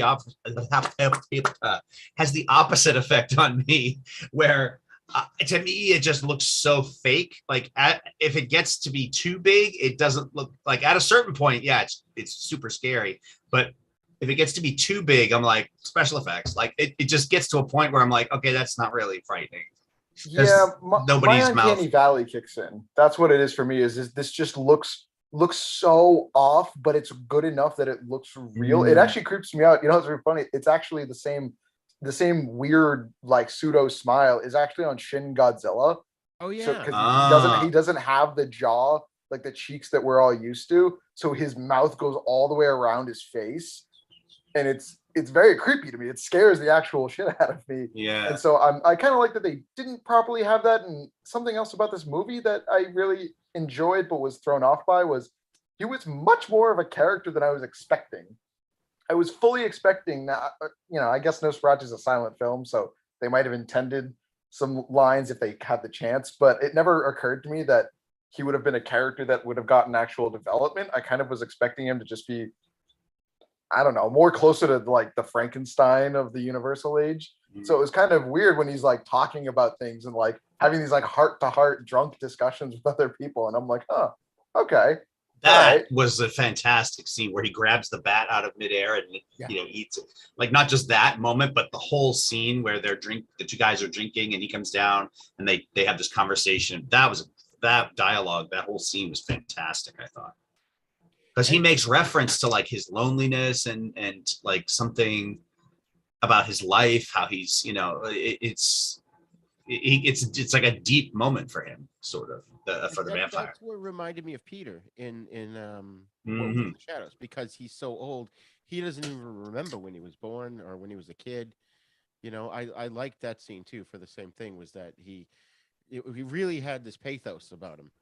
Yeah, I mean that's a big part of it. He talks about how he just can't remember things anymore because he's been around for so long that like that is something that I like got addressed in this movie and you don't really see too often, is the struggle of the immortal who has lived so long. That we always say like, oh, they they have to outlive their family members and stuff like that, but after a certain point they don't remember. When you have a human-sized brain but a god-sized lifetime, it's rough. Yeah, I can imagine. I like that. I like how he talks about, it's like, the Dracula novel made me sad because Dracula had to do things that he didn't normally do for people. He had to make food. He had to, ride horses. He had to do things that he didn't actually have to do for hundreds of years. And he's like, it sucks. Like, you can relate.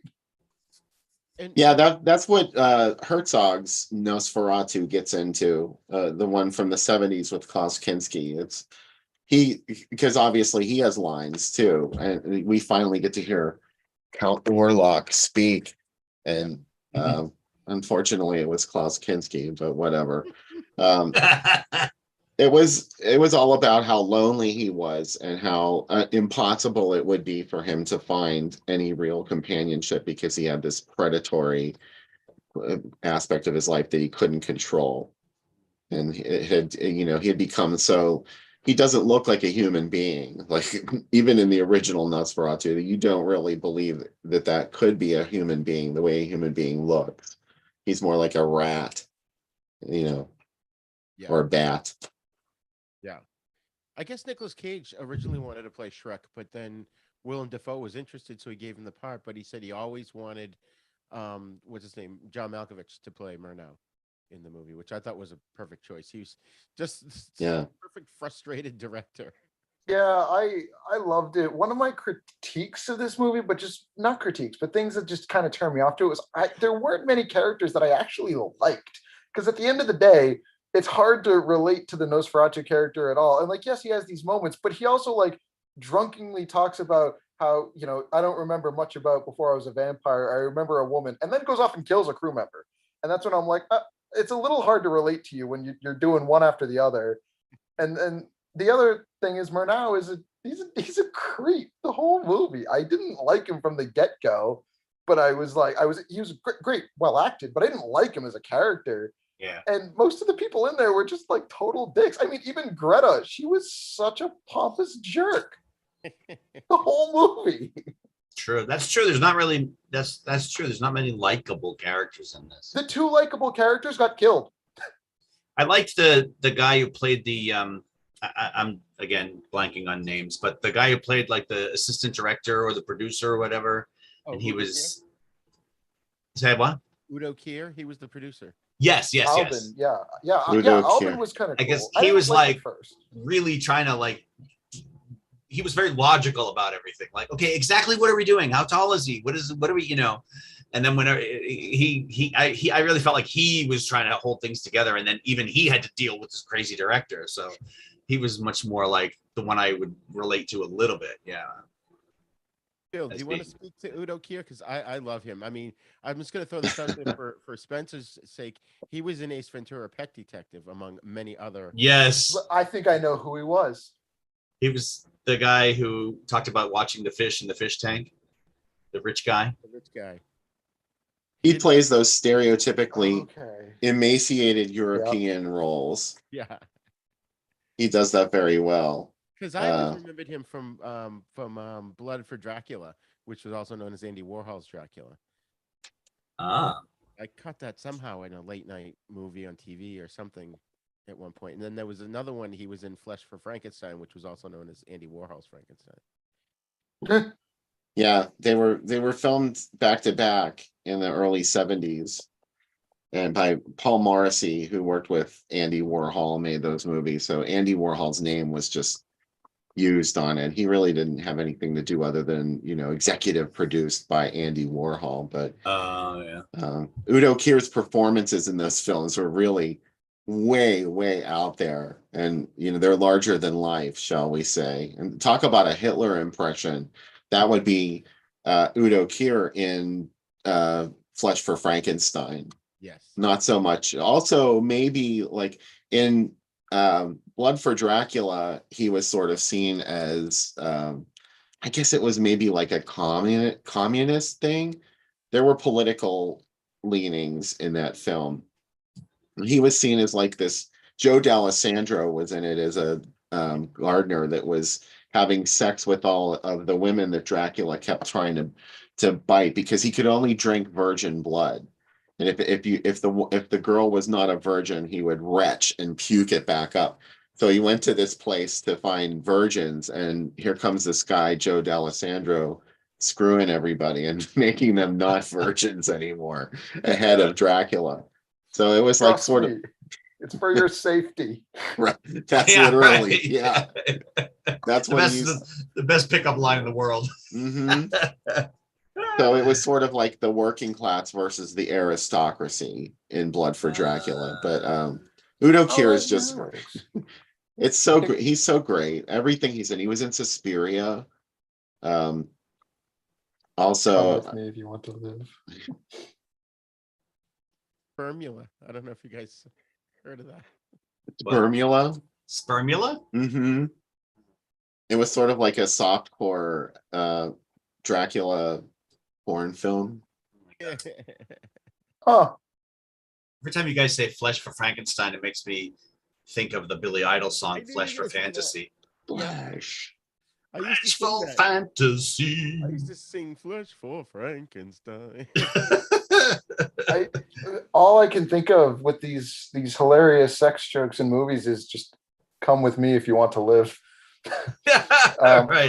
That's all I can think of now at this point. Yeah. With the virgin blood thing, I still to this day will never understand the thing with like vampires and like virgins. And I do like the explanation in What We Do in the Shadows is, you know, if you're eating a sandwich, you would like it a lot better if you knew nobody had fucked it. Yes. And I'm like, that's actually a reasonable point for why It you would is, prefer yeah. a virgin, but it still But in doesn't terms really of- work for me. In terms of drinking someone's blood, what difference In terms does of it food supply, I necessarily guess you're make? right. It, Yeah, it okay. might make it taste different, or it's, you know, who knows. But or another thing I was thinking is it just would change and make it all weird, I suppose. But you know, is there a difference between drinking a female's blood before she starts to menstruate? You know, like before her body's chemistry changes to the point where Yeah. she's, you know, going through puberty. Like as a vampire, are there like what are the differences between different types of people at different ages, and what things, I guess the person's diet, a whole bunch of things might affect how they taste. I mean, I've actually heard that in quite a few pieces of vampire media. It was actually something that was like kind of loosely part of this film was whenever there's like something in your bloodstream, like somebody who's like blackout drunk and a vampire bites you, they get that chemical like in their system now. So Yeah. instead of it going in the the normal human way, it goes in the bloodstream, and that's what they feed on. So they're like, okay, this is like almost like chemically imbalanced in some way, shape, or form. That was actually kind of the thing near the end of this movie when they had the they had to drug Greta because she figured out he was a real vampire, and they're like, oh yeah, okay, this is a great idea. We're just gonna drug the girl. Yes, That'll no work out reflection. great. I know. I saw that happening. I was like, oh, what are you guys doing? But the thing is, from a killing the monster perspective, it worked perfectly because it knocked him out. Yes, he drank. I didn't even realize that it worked. I'm like, wait, that's so smart. Yeah. That just reminds me of the movie Love at First Bite, where Dracula bites the wino and then he's drunk singing to himself. About the virginity making the blood taste different. I only have one word for that. Pineapple. Ah, I gotcha. Okay. Okay. Yes. You Pineapple. have to let the pineapple sit on the counter for a while and before you can eat it. No, it's I don't know how graphic we can get on the show, Yeah, go but it's like they say they women or whoever, you know, gives blowjobs, that when a guy comes in your mouth, it's not only women. If he eats right, it's not only women. Anybody who happens to enjoy that. But the if the person drinks a lot of pineapple juice, then the jizz tastes sweet and it's not so bad. But if they eat a lot of like asparagus or something, it tastes terrible. So Dracula has high standards. Pineapple. Yeah. I mean, it's pretty funny in this movie because he's very quick to just like drain somebody, and like as soon as he saw blood, he freaked out, and it was like really wild watching him like spring into action in this movie because he's so old and like doesn't really move. He just walks around, takes his big long steps, and then there's a drop of blood and he pounces on somebody. Yeah. I was gonna say this is totally not about this movie, but we're talking about sex or whatever in terms of vampires. Like whenever I watched Buffy the Vampire Slayer, I always thought, this is overthinking it, I know. But like it always bothered me that that like Spike and Angel were like able to have sex. It's like you don't have a heartbeat. Like, yeah, you drink blood and that gives you life, but you don't have a heartbeat. How the hell are you gonna get like wood if you don't have a heartbeet? Like that doesn't. There's certain things that have to happen that you don't have anymore. Yeah, I was like, that if you get to be a vampire, that should be something you have to give up. Like you get off on drinking blood, you can't have sex anymore. That's the way it was in Interview with the Vampire. They didn't actually have sex anymore. They still had the desire for that, but like the drinking of blood was their sex. Yeah. Right. To the point like where in Only Lovers Left Alive, the blood made them euphoric. Yeah. Right. It was like a drug. Yeah. Yeah, that's actually something in the Vampire the Masquerade game that they establish is like, you're not going to enjoy it. You're not going to feel anything. It's not going to do anything. But if certain character options, the less vampire you are, / the more blood you have in your system allows your character to kind of enjoy that more and actually biologically comprehend it a little bit more. So it is something that comes up in more detailed vampire media where they're like, yeah, we'll get to it. When you say it, are you talking about sex or are you talking about like the druggy effect of drinking? Yeah, like like vampires in the game rules are not traditionally going to enjoy any kind of intercourse, but after a certain point, there's certain ways to change your character around, and the less vampire you are, the more you can enjoy human things like eating food actually tastes like something, right? And stuff like that. You can taste extremes is how they describe it after a certain point. One of the notes of actually figuring out if somebody's a vampire or not is if they put like tons of like salt on their food or tons of sugar in their stuff. It's not just because they're insect-like or rodent-like. It's because they can't taste anything else, which I always thought was interesting. I just want to mention a couple more quick things about Udo Kier. If Spence, you'll appreciate this. He did the voice of the Music Master in the Justice League animated series. Oh. And you'll also appreciate this one. It's cool. He was the voice of Dr. Peter Straub in Call of Duty World War II from 2017. I played that game a lot. That was not really. Yeah. Peter Straub. They named a video game character after him. Right. I was wondering if you're going to pick up on that. Very he's cool. also in the two, or in a couple of I don't know how many there are, the Iron Sky movies. He plays Vril Adolf Hitler in that one. It's basically, I think it's about the supposed rumor that the Nazis had a base on the dark side of the moon, and it just takes that concept and runs with it. I've never actually seen them, but I kind of want to. I didn't. Was he? Well, I should look this up my own, but I know he's played Nazis in a couple of movies. Udo Kier? Yeah. I think so. Oh, yeah, he's your go-to guy if you need a German of any type. Yeah. Especially a villain. And he's creepy looking. In a recent show called Hunters, which I never heard of.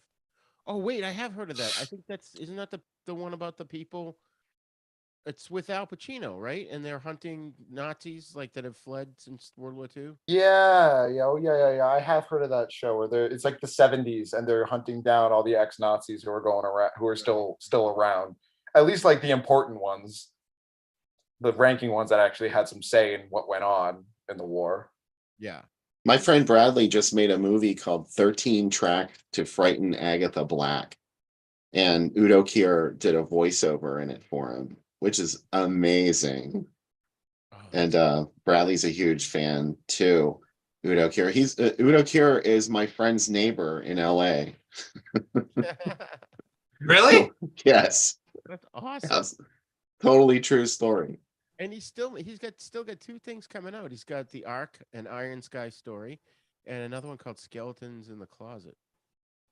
So he's doing pretty good. It's a movie. It says 2022 called My Neighbor Adolf, and it looks like Udo Kier plays the neighbor. Whether it's actually drama comedy, whether he's actually Hitler or not. I mean, Hitler died, but I mean, if it's a fantasy, I don't know. But his character's name is Mr. Herzog, who is the guy that directed the 1979 Nosferatu film.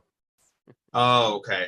A grumpy Holocaust survivor convinces himself that his new neighbor is none other than Adolf Hitler.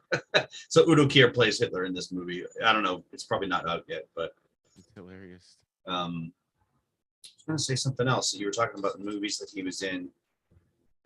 Sorry. What was this? 13 Tracks to Frighten Agatha Black. Oh, there's one from 2019 called Skinwalker with him in it.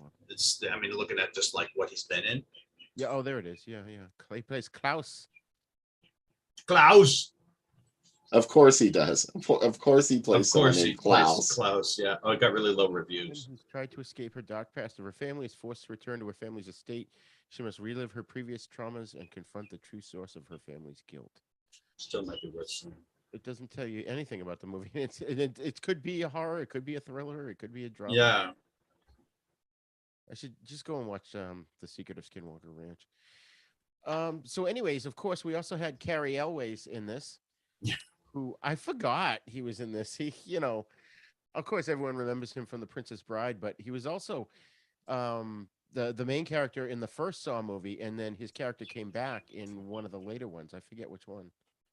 Yeah, one of them. Yeah. Oh, he was Dr. Lawrence Gordon. Yeah. That's right. I'm a big fan of the Saw movies. He came back in one of the later ones. Yeah, I kind of want to watch that whole series. Oh my god, it's so good. It's like I've only recommend seen it. the first one. Truly, I recommend it. I love them all. How many There's are a there? hierarchy. 7, 8, 9, 9. Wow. Spiral, yeah. Including Spiral. Wow. Spiral was awesome. But yeah, it's more horror movies that I recommend as usual. So does anyone have anything else to say about the rest of the cast? I don't really know any of them. No, the woman who played the only female in the movie, the movie star there, I don't remember her actress's name. But... Maria. Huh? The character was Maria and Miriam. Oh, I just had it. Miriam. Fuller, Yeah. I think. But I've seen her in stuff. Greta Muller.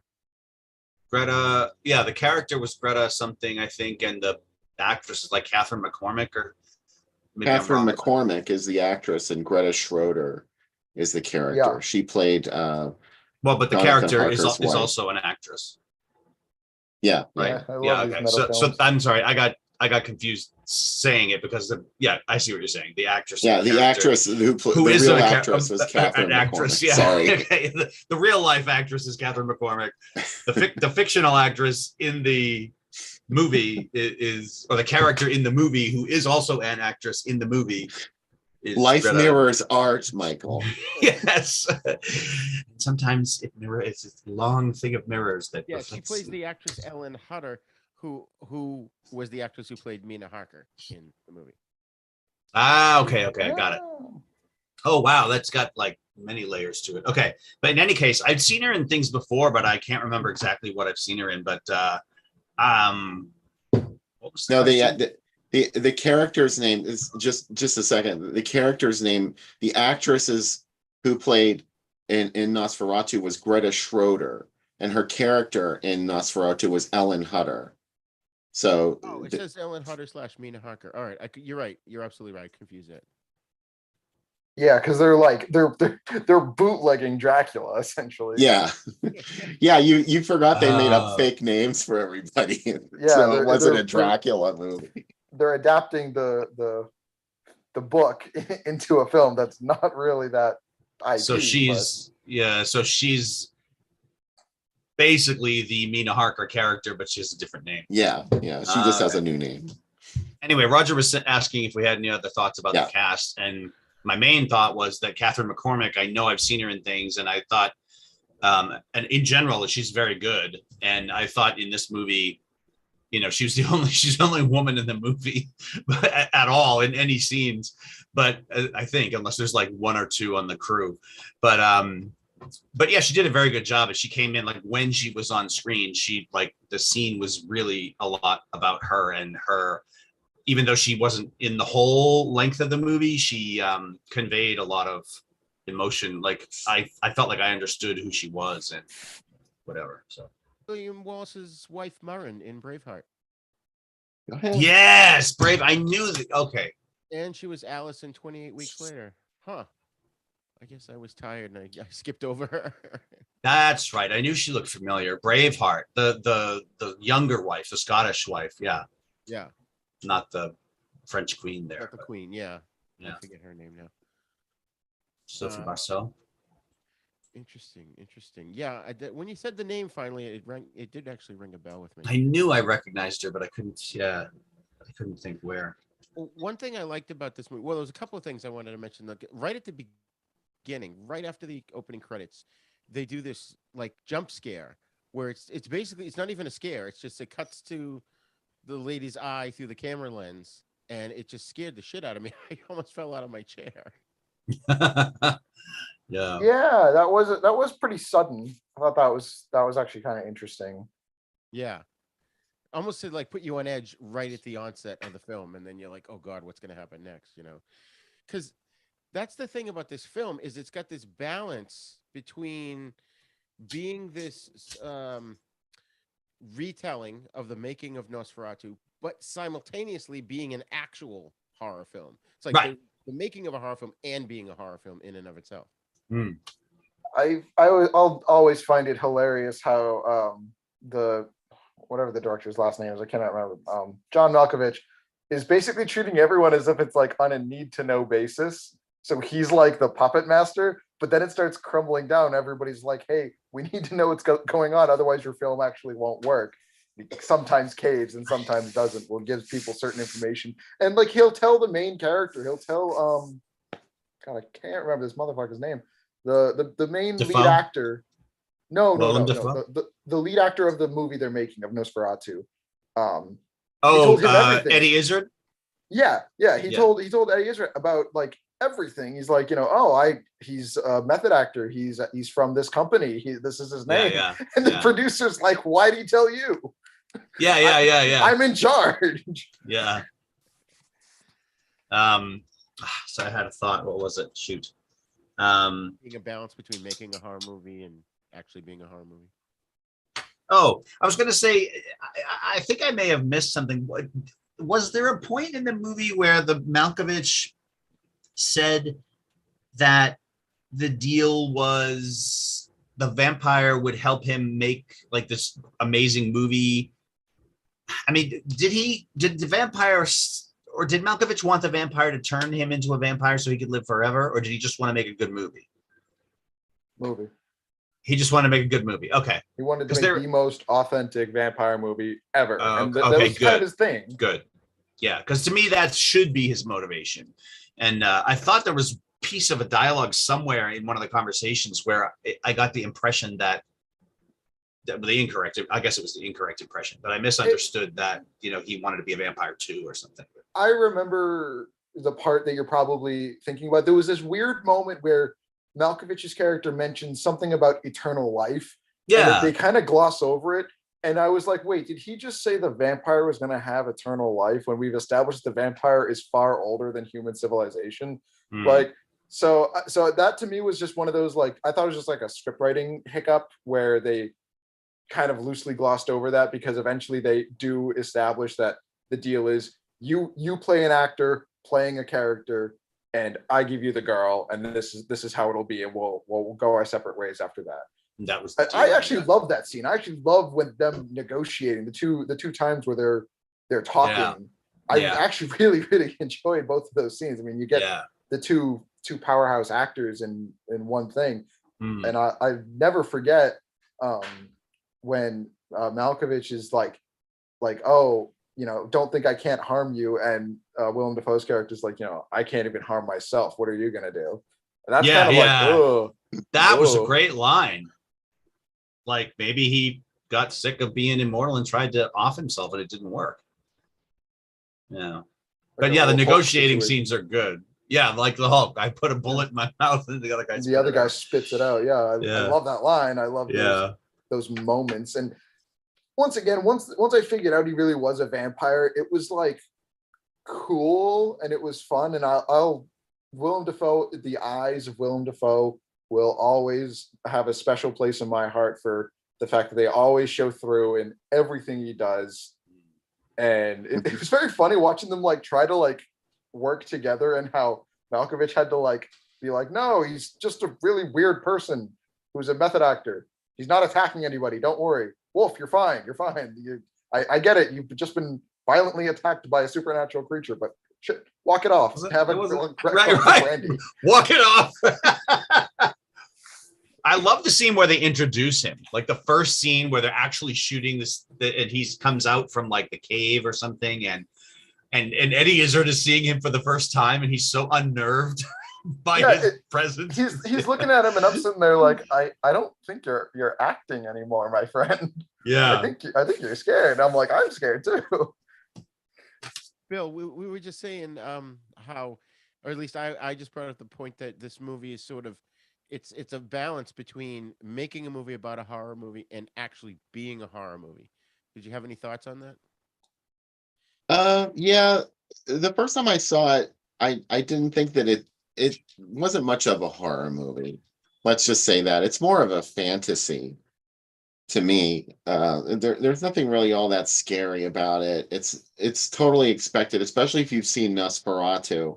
Like, you really kind of know what you're in for, and it's more of a fantasy than anything else. And I thought it was just an interesting meta take on Nosferatu that hadn't been done before, at least not that I'm aware of. So it was unique. That was my big takeaway from this, is it was a unique concept. Right.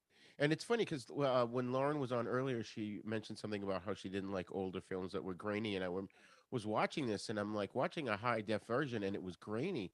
I was enjoying it because I love grainy films. Yeah, I like grainy stuff too. Yeah, I guess the cinematographer Lou Bogue, he shot it with a camera with film stock called Kodak Vision 800T film stock, which was a high-speed specialty stock with very coarse grain in 35 millimeter. So it enhanced that effect when it was cropped and enlarged to the anamorphic, the anamorphic format.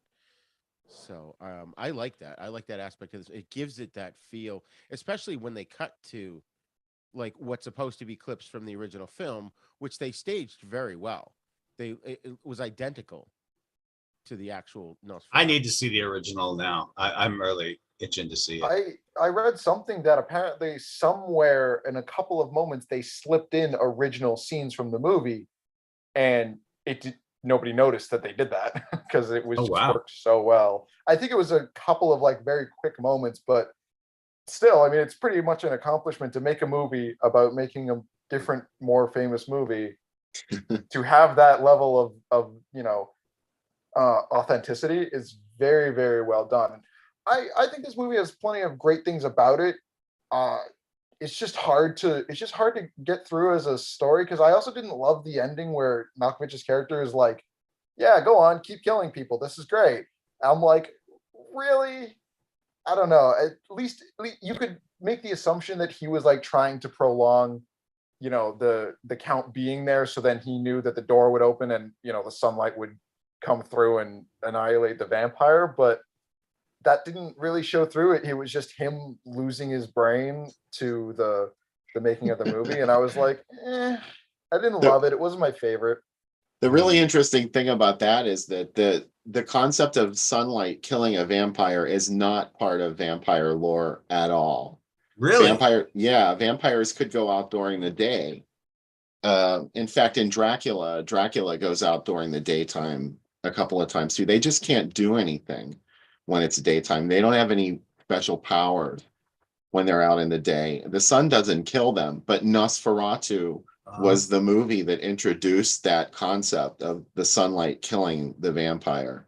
That was the first time anybody had ever done that in a vampire story. And So that's it's used ironic. constantly since then. Yeah. Like Everybody Fright says Night, that. Lost Boys, like so many movies now. It's the sunlight that does the final kill. Even even the remake of Fright Night, it was all sunlight. That Yeah, and it's funny too. Just getting back real quick to the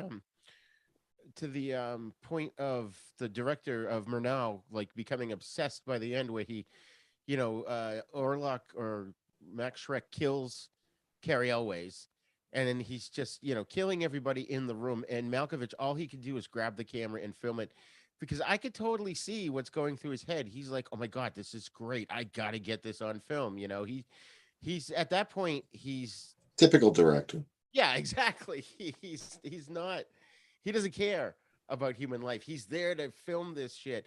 And did I miss something, or did I not see this correctly? But when they were filming it and he was supposed to have the death scene, they pulled the thing over the curtain away or something, and there was actually no sunlight, and he's laughing, going, "Ha ha! How do you think sunlight's going to kill me?" And then they finally, when Murnau was filming him, the guys in the crew pulled back this door or the wall of the set, and that's when the real sunlight came in. Like is that how the sequence went? there was a door or something that was pulled up by like a counterweight, but the first time they tried to do it to like flood the room with sunlight and kill him, it didn't work because the chain had been broken. That the Shrek had like broken the chain so that couldn't happen. But then while they were shooting, the crew members fixed it or did something, and so by the time he was like woozy and intoxicated from the girl's blood, they were able to raise the door. And so he's watching them raise the door, but he just couldn't or chose not to move. I don't know what. I also like the concept that they put forth in this movie that as a vampire he aged, in the sense he's like, he's like, I'm an old man now. I'm not what I used to be. I used to drink out of golden chalices, and now I'm just old and decrepit. And I'm like, wait, that implies that. Oh, okay. I'm like, I thought that was kind of interesting. Like he's like immortal, but immortal like to us, where he'll live for 100 of our lifetimes. But there is a finite amount of life left in him. Life, as whatever you want to call it. He will have an old age moment. He is now not what he was, and just pure sense of body. So I found that to be a kind of an interesting little tidbit that they threw forth, and I like that stuff. I love those little moments of world building that totally worked. And he's like, I don't remember being turned into a vampire. Dracula made me sad, and grabs some bat out of the air and bites into it, and everybody's like, oh, that's a neat party trick. He gave it away instantly, and I'm just sitting there like, how did we all like not collectively like think, okay, maybe this isn't a good idea. Maybe this is a bad idea. Yeah. Oh man, he just like they explain away the bat. Oh, he was drunk, man. Yeah. That was so method, whatever. Yeah. So convincing. But yeah, I like the idea of somebody who has not is immortal, like infinitely stays at the age they were, like in Highlander, like supposedly after you die the first time and you come back, you stay physically at that age, right? Going forward. But to me, it's having a longer life, like aging, but aging much more slowly than a regular person. And then like that to me is more interesting than just like being 25 years old for the rest of the, forever. And what else was I going to say? Shoot. And I think at some point somebody said something about the more blood you drink, the younger your body becomes. Mm-hmm. Like the more you, and then like if you don't drink that often, then your normal aging process kicks in, which is of course way longer than what it would be for a human. Like it might take them 1,000 years to age as much as we would in 1 year or in 10 years or something. Yeah, to me, that's more interesting that they can age, but it depends on the circumstances. And from our point of view, they live forever. Yeah, because they can live. thousands and thousands of years. But I don't know. Yeah. I like that better than just like poof, you're immortal. You know. Well, that's the constant struggle with vampires, is that they know that they can die, but now they have this way to cheat death, which is, of course, one of the things that most of us fear the most, is the end of our lives, or we find it the hardest to face anyway, Yeah. is the end of our lives. And these people have found a way to escape the end of their lives, but it's still possible. It's a remote possibility in there for them, but it can still happen. That was I'm always going back to the hunger in this broadcast tonight. I'm sorry, but That's cool. that was one of the driving elements of the hunger, was that she, Miriam, the lead vampire in it, she could live forever, but it would be really easy for her to die too. All she would have to do is, like in the movie, it was like get cut. Or maybe I'm thinking of the book. I don't think they explain it all that much in the movie, but in the book is way better, by the way. The movie is just like the Cliff Notes version of the book, and they totally changed the ending, which is like, I hate when movies do that. Yes. They just totally engineer a new ending to the film that makes the book make no sense. But in the book, she was obsessed with her family, her loved ones, like the human lovers that she took and transformed, and they would last a couple of years and then they would turn into these desiccated bodies. But she kept them with her. She would carry these coffins with her wherever she went. And she had an attic full of them. And at the time that the story takes place, she lives in this fabulous brownstone with an attic full of coffins, because it's all of her family members, all of her lovers. She keeps them all with her because she's obsessed with the idea of that death, that could happen to her. And another thing that reminds me of is Satanic Rites of Dracula, the Hammer film. Dracula wants to unleash the bubonic plague on mankind, because with humankind gone, he can die too. So Shadow of the Vampire taps into that element. It's like, what is immortality if there is a way that you can die? It's not really immortality. It makes you even more afraid of dying. Mhm. And the whole thing that was brought up, where he's getting older and older, but he's just living way longer than obviously an average human, reminded me of the face of Bo in Doctor Who, which was basically Oh Captain yeah.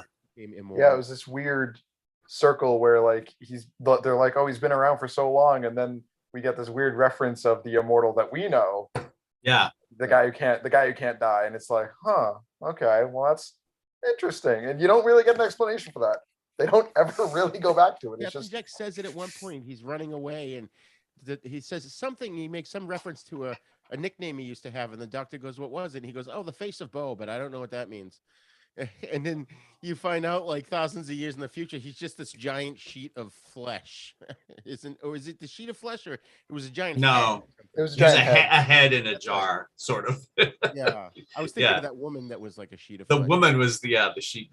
Cassandra, yes, yeah, But and I was gonna say, this is how they present Superman a lot of times, is that he ages, but he ages really slowly. Like his hair does turn gray and whatnot, but obviously he's gonna live longer than humans do. But he ages a little bit. Yeah, yeah. One thing I thought was interesting too that I learned was that Stoker's widow, Bram Stoker, who wrote the original novel, his widow sued and won for copyright infringement against this movie, and a judge ordered all prints of Nosferatu destroyed, but apparently a few copies survived. Oh shit! That's why it's been very difficult to get a hold of. Although I think now you can even watch it on archive.org or something. Yeah, that was only true. I mean, she obviously didn't destroy all of the copies of the movies. Were a lot of prints of Nosferatu that survived, but it's so old that today, I don't know how many prints there are anymore. I think that for a long time there was just an old beat up one that everybody saw that was like a 16 millimeter strike from something else, and then somebody discovered another cut of the film in another country, and it was in pristine condition. So they do have certain elements of the movie that are in great shape. But yeah, she really did a number on it. I mean, I think America was the only place where you could use the name Dracula in a movie without paying the estate of Bram Stoker. Wow. Right, because wasn't the book in public domain at that point? Or No. No, I guess not. Not when Nosferatu was made. That's true. Yeah, 'cause it No. started in 1897. So, You guys mentioned that there was a version made in the 70s with Klaus Kinski. Is that one any good? Oh, it's brilliant. yeah. Oh, it is. Oh, you guys reminded me. There's going to be another remake that's supposedly in the works. That's coming out. I don't know. They keep saying this year, but I highly doubt it'd probably be next year or the year after. But the cast looks pretty good. They have Bill Skarsgård. It looks to be in talks for it, and he played Pennywise from the newest It movies. Yeah. Which movies are okay. He did fantastic. They also have Johnny Depp's daughter, Lily Rose Depp, which I haven't seen her in anything, but give her a shot. Some people are great in certain things. So yeah, I'm curious. I'm curious if this will be anything, how much of it'll have to the original. And I mean, how much creative control how much creative liberty do you take? I mean, this movie is really Shadow of the Vampire is really, really interesting because they have to have this like physical timeline of the movie does get made and it's printed and sent and shown to audiences. So you can't have like the whole cast and crew get killed and like one survivor goes and makes millions off the movie. So you have this like weird moment where he kills like a couple of characters we care about, the vampire, and then they have to kill the vampire off. And like, the director's like, nope, we got the movie now. So that like the timeline of like what people think about is intact, but the events are still like these traumatically horrible events. I don't know. It's pretty interesting. Not to mention like Nosferatu himself, the Count Orlok, Max Schreck is so incredibly strong that he just throws one of the characters off the edge of something and breaks his neck instantly. He chokes one of the other ones out. Him and John Malkovich's characters, when John Malkovich like pushes him down, is like, I could kill you if I wanted to, and he starts pushing back, and he like got a big smile on his face because he's finally got something to like somebody to play with. And it's very scary. Yeah. I love that scene. But yeah, Mike, the Nosferatu from 1979 with Klaus Kinski is very good. It's actually, the full title is Nosferatu the Vampire, and it's vampire with a Y. I think it's on like, what is it on? Oh, it's on the Peacock Ab and Fubo. But yeah, I mean, it's Werner Herzog directed it, which he's done quite a few things. I'm just calling it. I know the name. Yeah. He makes documentaries. That's right. I mean, not only documentaries, but he's very well known for making documentaries. I'm sure I've seen a couple of his documentaries. You know what? I'm gonna have to revisit that movie too, because I remember that movie scared the shit out of me so bad as a kid that I never went back to it again. It's very creepy. Yeah.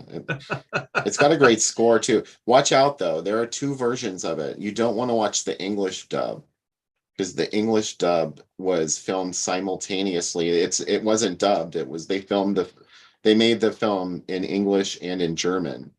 And for some reason there was magic in the German version, but when they did the English dub, the magic was gone. So watch the German version with subtitles. Oh wow, okay. So I saw the theatrical release, so I saw the movies. So yeah, the English version. Somebody asked me recently if I prefer to watch movies that are dubbed or movies that are that have subtitles. And as I've gotten older, I prefer hearing the original language and reading the subtitles, because in some cases the dubbing is done incredibly well, but in most cases it's a little bit distracting. And I just like hearing whatever the other like when I watch Breaking Bad and like all the characters that are, speaking Spanish, they're just having conversations in Spanish and you have to read the bottom and know what they're saying. And that it's more authentic to me. And it just like, I just like it better. I'd rather, I know people like, I don't want to read the screen for 2 hours. Okay. Yeah. It's a little tiring, but to me, it's just better. It's not that tiring. Right. No, it's not. I mean, it's just like from people who can't even handle reading a simple book. Yeah. Yeah. I do prefer subtitles for most things. I think there are some dubs that are done incredibly well. I know that, in my generation watches a lot more anime than previously, and the diehard ones are like, we always watch the subtitle ones. But there's like my favorite, Attack on Titan, the dub is so much better than the sub, and I've sat through season 1 of both, which season 1's 25 episodes long. I've sat through both of them. The subtitles, not that they distract, but just the voice acting is done so well in the dub that I'm like, you don't need you don't need to sit through the subtitle Yeah. one to enjoy it. Yeah. Like there's a couple of live action movies where the dub is a little bit better than the sub sometimes. The only thing that it gets on my nerves with is I'm reading it, but then something is going on the screen that I have to like pay attention to enjoy the movie. Yeah. And I'm slightly missing that, even if it's Yeah. for a flash thing, because then it's like, okay, I get the situation, but all the details are now lost on me because the scene has now changed and cut away. Yeah. Or subtitles are on the screen, which is fine. And I get it. It works fine for most movies, and I'm not too bothered by it. Like a horror movie with subtitles that I never lost a beat on was Train to Busan, good zombie movie, and the subtitles in that took nothing away from it. It totally worked for it. So it sometimes works, it sometimes doesn't. Yeah. So I always find it funny in movies like this where they're German, but they're speaking English because it's made by an English audience. Yeah. It's very funny when I think they say that happens because they call them like The Hunt for Red Doctor. October. Like they start out speaking in Russian and then they just sort of like just it just becomes English, and then the rest of the movie's English. It's like, okay. They did that in the new Predator movie. It's called Prey. And like it's about the Comanche Indians, and that was so interesting. Yeah, it was because great. when they encountered the Europeans and the English speakers, it sounded like gibberish to them because they don't know that language.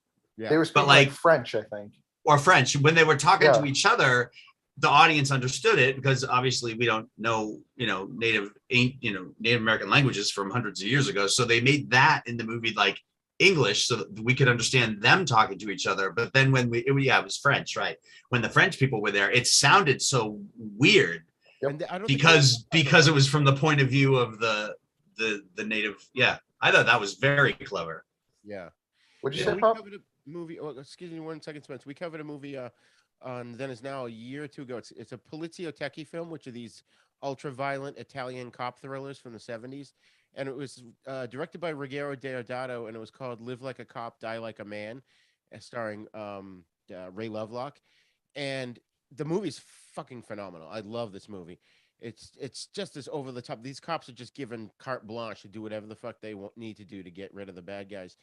And I was watching it with the dub and the subtitles, and it got to the point where both were so different. They were still saying the same things, but it was just weird. So I finally had to watch it once through with the subtitles, then watch it again through with the English dub because I couldn't watch them together. They were too different, far enough apart that it was driving me crazy.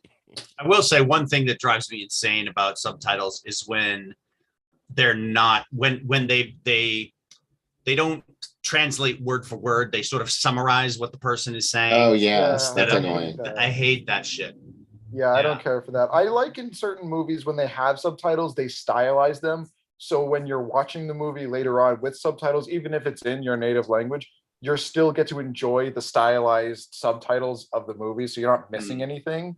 And so when, this movie is clearly intending for these subtitles to be part of the film and not just like being the closed captioning that we're going through. I mean, this movie, Shadow of the Vampire, they speaking English, but they're using German like phrases. They keep calling him Herr Doctor, the doctor is doing this X, Y, and Z. And I was like, why include that at all? I just found that to be really funny. I'm like, are they speaking German or are they speaking English? Is it canonical that they're speaking English? Right. X, Y, and Z. And then how does Count Orlok know English? Right. He doesn't talk to anybody. So it's very funny that these things, that's just like how these languages interact with the movie and how for some people it gets in the way of their enjoyment of certain films. Yeah, you sort of have to watch the movie more than one time. Like first time to make sure you read all the words and understand the whole story and give yourself another shot at it at some point so you can like your eyes can wander a little more and you can catch bits that are in the scene that maybe you were not focused on before. Yeah, I think that's also a testament to certain levels of filmmaking, right? Show, don't tell. If you don't need subtitles for somebody to properly enjoy the scene, you've made a good scene. For the most part. That's I've got a bunch of film major friends. That's the first thing they teach you is show, don't tell. Yeah. If it works in the world, make it work in the world, and all there's that stuff. So many movies that are made these days that don't follow that. show don't tell. Like Yeah, there's they so many just- times where they just talk about it, explain things, and it's like just that's show it to cheaper. me and I'll figure it out. Yeah, exactly. I don't mind an explanation of things that are like not clear at all, that you wouldn't be able to get, that nobody in the universe would make sense, but we as the audience need to understand. A little bit of backstory, like in this Little movie, bit. like Little bit, this movie itself had at the very beginning. If they didn't have those beginning title cards, I would have been kind of lost, at least a little bit Yeah. more than I was when they're like, so anyways, they made this movie. This is the Yeah. story of them making Nosferatu in 1921. And I'm sitting there like, great, I've got the setting. I've got Well, that's the place. factual information. I don't mind factual information so Yeah. much as when they talk about like why someone did something or why he feels this way or what. It's like, just show me the results of what that experience did to him. And like, maybe I get to, I mean, it's just my own preferences, but like, even if I watch the whole movie and I don't get to know why he's so morose and whatever, or we hear, okay, his wife got killed or something like that, a little bit, okay, but it's just there's times where they just explain things instead of just show it. And Yeah, I think it depends on who you're making the Audiences film's perspective be. Like if it's like, character A who's new to the whole scenario, you would need Yeah. to know. Well, like in this movie specifically. but even You so, wouldn't like people know. in real life don't explain things at length, generally speaking. Something I liked about the dialogue in this movie was they established the doctor. Like, one of the characters said to him, he's like, I've been on multiple movies with you. You always get the Corinthians when you need Corinthians. You get the authentic people from that you go to on set every single time. So maybe he'll actually get a vampire for the vampire movie. And I was like, that worked. That totally was perfectly good world building and character building, that you didn't need the character in the scene, and it added everything to it. And you didn't need to have to go through a 5-minute sequence of him going to get authentic people from different cultures for different movies. It worked. Well, it flowed perfectly. I'm talking about things within the script. Obviously, you don't have to do flashbacks and show every single person's life and where they came from and how they got there. I'm not saying like adding stuff to the movie to establish that stuff, but I'm just saying I like movies better that don't always feel the need to explain everything at length. I think there's a lot of movies that are made today. I think movie audiences are just fucking lazy these days, and they don't want anything ambiguous. It's very different now than it was in previous decades, because now the audience will reject it. Like you said, they'll be like, oh, well, why would that happen? Right. Like part of the fun is just sitting around thinking about why it happened and how it fits into the story. Yeah. But a lot of people don't see it that way. Yeah, there's also a level of like the internet does this thing where they'll like break something down scene by scene, pixel by pixel, and they will slow everything down to get as many details as possible. So if you don't have hyper consistent details, your movie starts to like fall apart a little bit. You can't have, I mean, even for my taste personally, you can't have these like open to interpretation moments unless it's like the ending of the film and the plot and stuff like that. It's very hard to do that now because people are very analytical, which is nothing wrong with that. I mean, I've sat down and rewatched movies over and over to get more of the universe, but it's a little bit different nowadays, especially because we have the history of movies. I mean, my generation grew up with Universal films, Hammer films, 90s horror films, 2000s horror films. These are all things that have happened before us. So the new stuff has to somehow be different from that, yet keep the same good energy for the audience, yet not reiterate the same thing. Well, and I think very hard. The one thing that sort of speaks to your point, Mike, that you made me think of when you were talking about it just now was that I've been doing a lot of these movie analysis, trying to put these 13 Days of Hallowtober together. And so the four of us have been talking in various capacities about films and maybe with other people and stuff. And the one thing that keeps coming up every so often in these movies that I think are scenes that work perfectly, to your point, Mike, is when all of a sudden an actor just has this facial expression and you know exactly what they're thinking, you know exactly what they're feeling. They don't need to say, I'm so sad that my wife was killed in a car wreck. It's like something just triggers that and you just see it in their face. And I think that's kind of starting to become a lost art too with actors in terms of show, don't tell. You don't need to explain what happened to you. We can see it in your face. And we've seen, no pun intended, we've seen a lot of those scenes recently in a lot of these older films that we've covered. I think even um, the best example is Peter Cushing. I'm sorry, Roddy McDowall in Fright Night, where he's watching Evil Ed die. He just killed him, and he's watching him go through that, and just the look on his face and the tears in his eyes. He didn't have to say a word for you to know exactly what he was feeling in that moment. You And know? he never knew that these things were real in the first place. And then to like be experiencing this, and then he had to kill him, but then he feels sorry for him. And, yeah. Or like, I just like having at least a few moments here and there in some movies where I'm like, oh, okay. Like I can sort of imagine what might have, like there's a guy in a bar and a really hot girl shows interest in him, and he says no thanks or whatever, and then okay, maybe they explain that later, maybe they don't, but then I can kind of wonder, well, I wonder what was his, is he trying to protect her from something, or has he had this bad experience in the past, or is there some other, I don't know. I'm not saying the entire movie should be like, guess what's happening, but like I just think there are times where that information is like withheld from the dialogue, and it can work. Yeah, you have to have this level of consistency, because if a character is crying at something that doesn't make sense, you would it wouldn't really work. But if you establish that they've experienced some kind of trauma, or it's a repeat offense, they keep having this reaction to the same stimuli, well, then now you're starting to get a little bit more of a sense of what happened to this character without having to establish everything. So you can piece it together. Yeah, they show it to you, and it's in the script. The director shows it a certain way to convey the ideas, and as the viewer, you pick up on that, and then like you said, especially if it's repeated, you start to think, oh, it's probably because of this.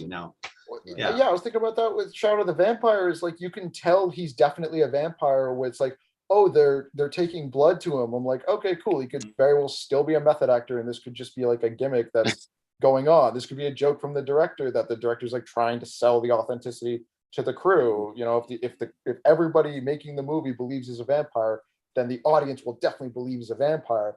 So I was in the still first half hour, I'm like, okay, he could be a vampire, he could be a method actor. But then when he's sitting alone and monologuing to himself, and he's like talking about reminiscing all this history, I'm like, okay, you're definitely not a method actor, because you're putting words in the writer's mouth. Yeah. So that to me was like one of those, you can infer what's true and what's not true. And it worked for the movie of having a character talk about things doesn't defeat the purpose. You just have to make it matter. It depends. It has to fit. Yeah. And you have to choose like what people in general don't explain, like big, long stories about what happened to them unless there's some real reason to. People in real life tend to sort of give you the shorter version of things. And so I think when you're writing a script, the temptation is there to be like, oh, and I can explain this and this and this to the audience. And it's like, well, explain some of it and then let us figure the rest out, like, yeah. I mean, just I don't to know some about you. degree. I do like to go on monologues for like hours and hours and hours, just well, talking to the audience. Yeah, I'm a talker also, but I find that when I try to write a story or something, I find like this one dialogue goes on for like 9 pages, and I'm like, wait, what am I doing? Like, people don't do this. This is not like. Same for my D&D worlds. I try and make the rules of the universe super consistent, but then I also try to make details matter so people can put things together. Yeah, it's hard. It's a very hard thing to do. And I mean, for this movie, they kind of had their work cut out for them because of the fact that it was an already established event in history that they were putting a spin on. So it's different, and they try to give this world building thing that at the end of it doesn't matter. Yeah, it doesn't matter how he became a vampire. Right. Yeah, it doesn't matter. I think that's what I was saying, what I was thinking before, which I didn't. I like the origin of a certain character. Like if something in a certain movie is like, oh, well, like we were saying about Michael Myers, right? The original Halloween, like he just is. This is how he is now. We kind of have an idea of what might have happened to him when he was younger, but this is what he is now. And we just have to take him at that. He's a danger. And then the Rob Zombie version, like actually shows a lot of what he went through as a kid, which I didn't hate, but I think maybe it was Bill who said, like, I don't need that. I don't need to see that. I have a vague idea that he had a fucked up childhood, and right now he's a monster, and that's all I need to know. I don't need to know what he felt like, which nurse he talked to, you know, like that. I just liked that because that was what made Michael Myers so frightening in the original. And not knowing. Yeah. He did not have a messed up childhood. Like, he was just a normal 6-year-old boy raised by ordinary parents, and he had an older sister who obviously wasn't afraid of him, you know, because she was like 15, and he ends up stabbing her to death with a kitchen knife for no reason at all. And he just spends the rest of his youth in a mental institution. That was frightening, because anybody, that could happen to anybody. If it could happen to one family, like for a child to suddenly exhibit this kind of monstrous behavior. So that's what made that scary. And to take that away from the character really just sort of, Michael Myers isn't even, he isn't a character he's the Shape, you know, they call him the Shape because he's just this blank. There's this blank element to his character, even his face with that mask. So that's why I hated because I felt sorry for Michael Myers in Rob Zombie's version. I wanted him to beat the bully to death with a tree branch, you know, like everybody wanted that. That's a bad thing, to identify with the monster in the movie. I didn't want him to kill Danny Trejo. Yeah. No. Nobody wants that. Don't hurt Danny Trejo. But I've seen that in many movies where, like, something cool and mysterious is poor Danny. No, where like the movie's going along just fine and really cool, and all of a sudden there's a scene where they go, like, they have to explain the backstory and how things got this way and all that, which is like, okay, I get why some people want to know that, but you could not tell us all of that, or tell us like a tenth of that, and the movie would still be good, you know, like, just accept it. Okay, like, who knows what happened, like, even in Show Don't Tell.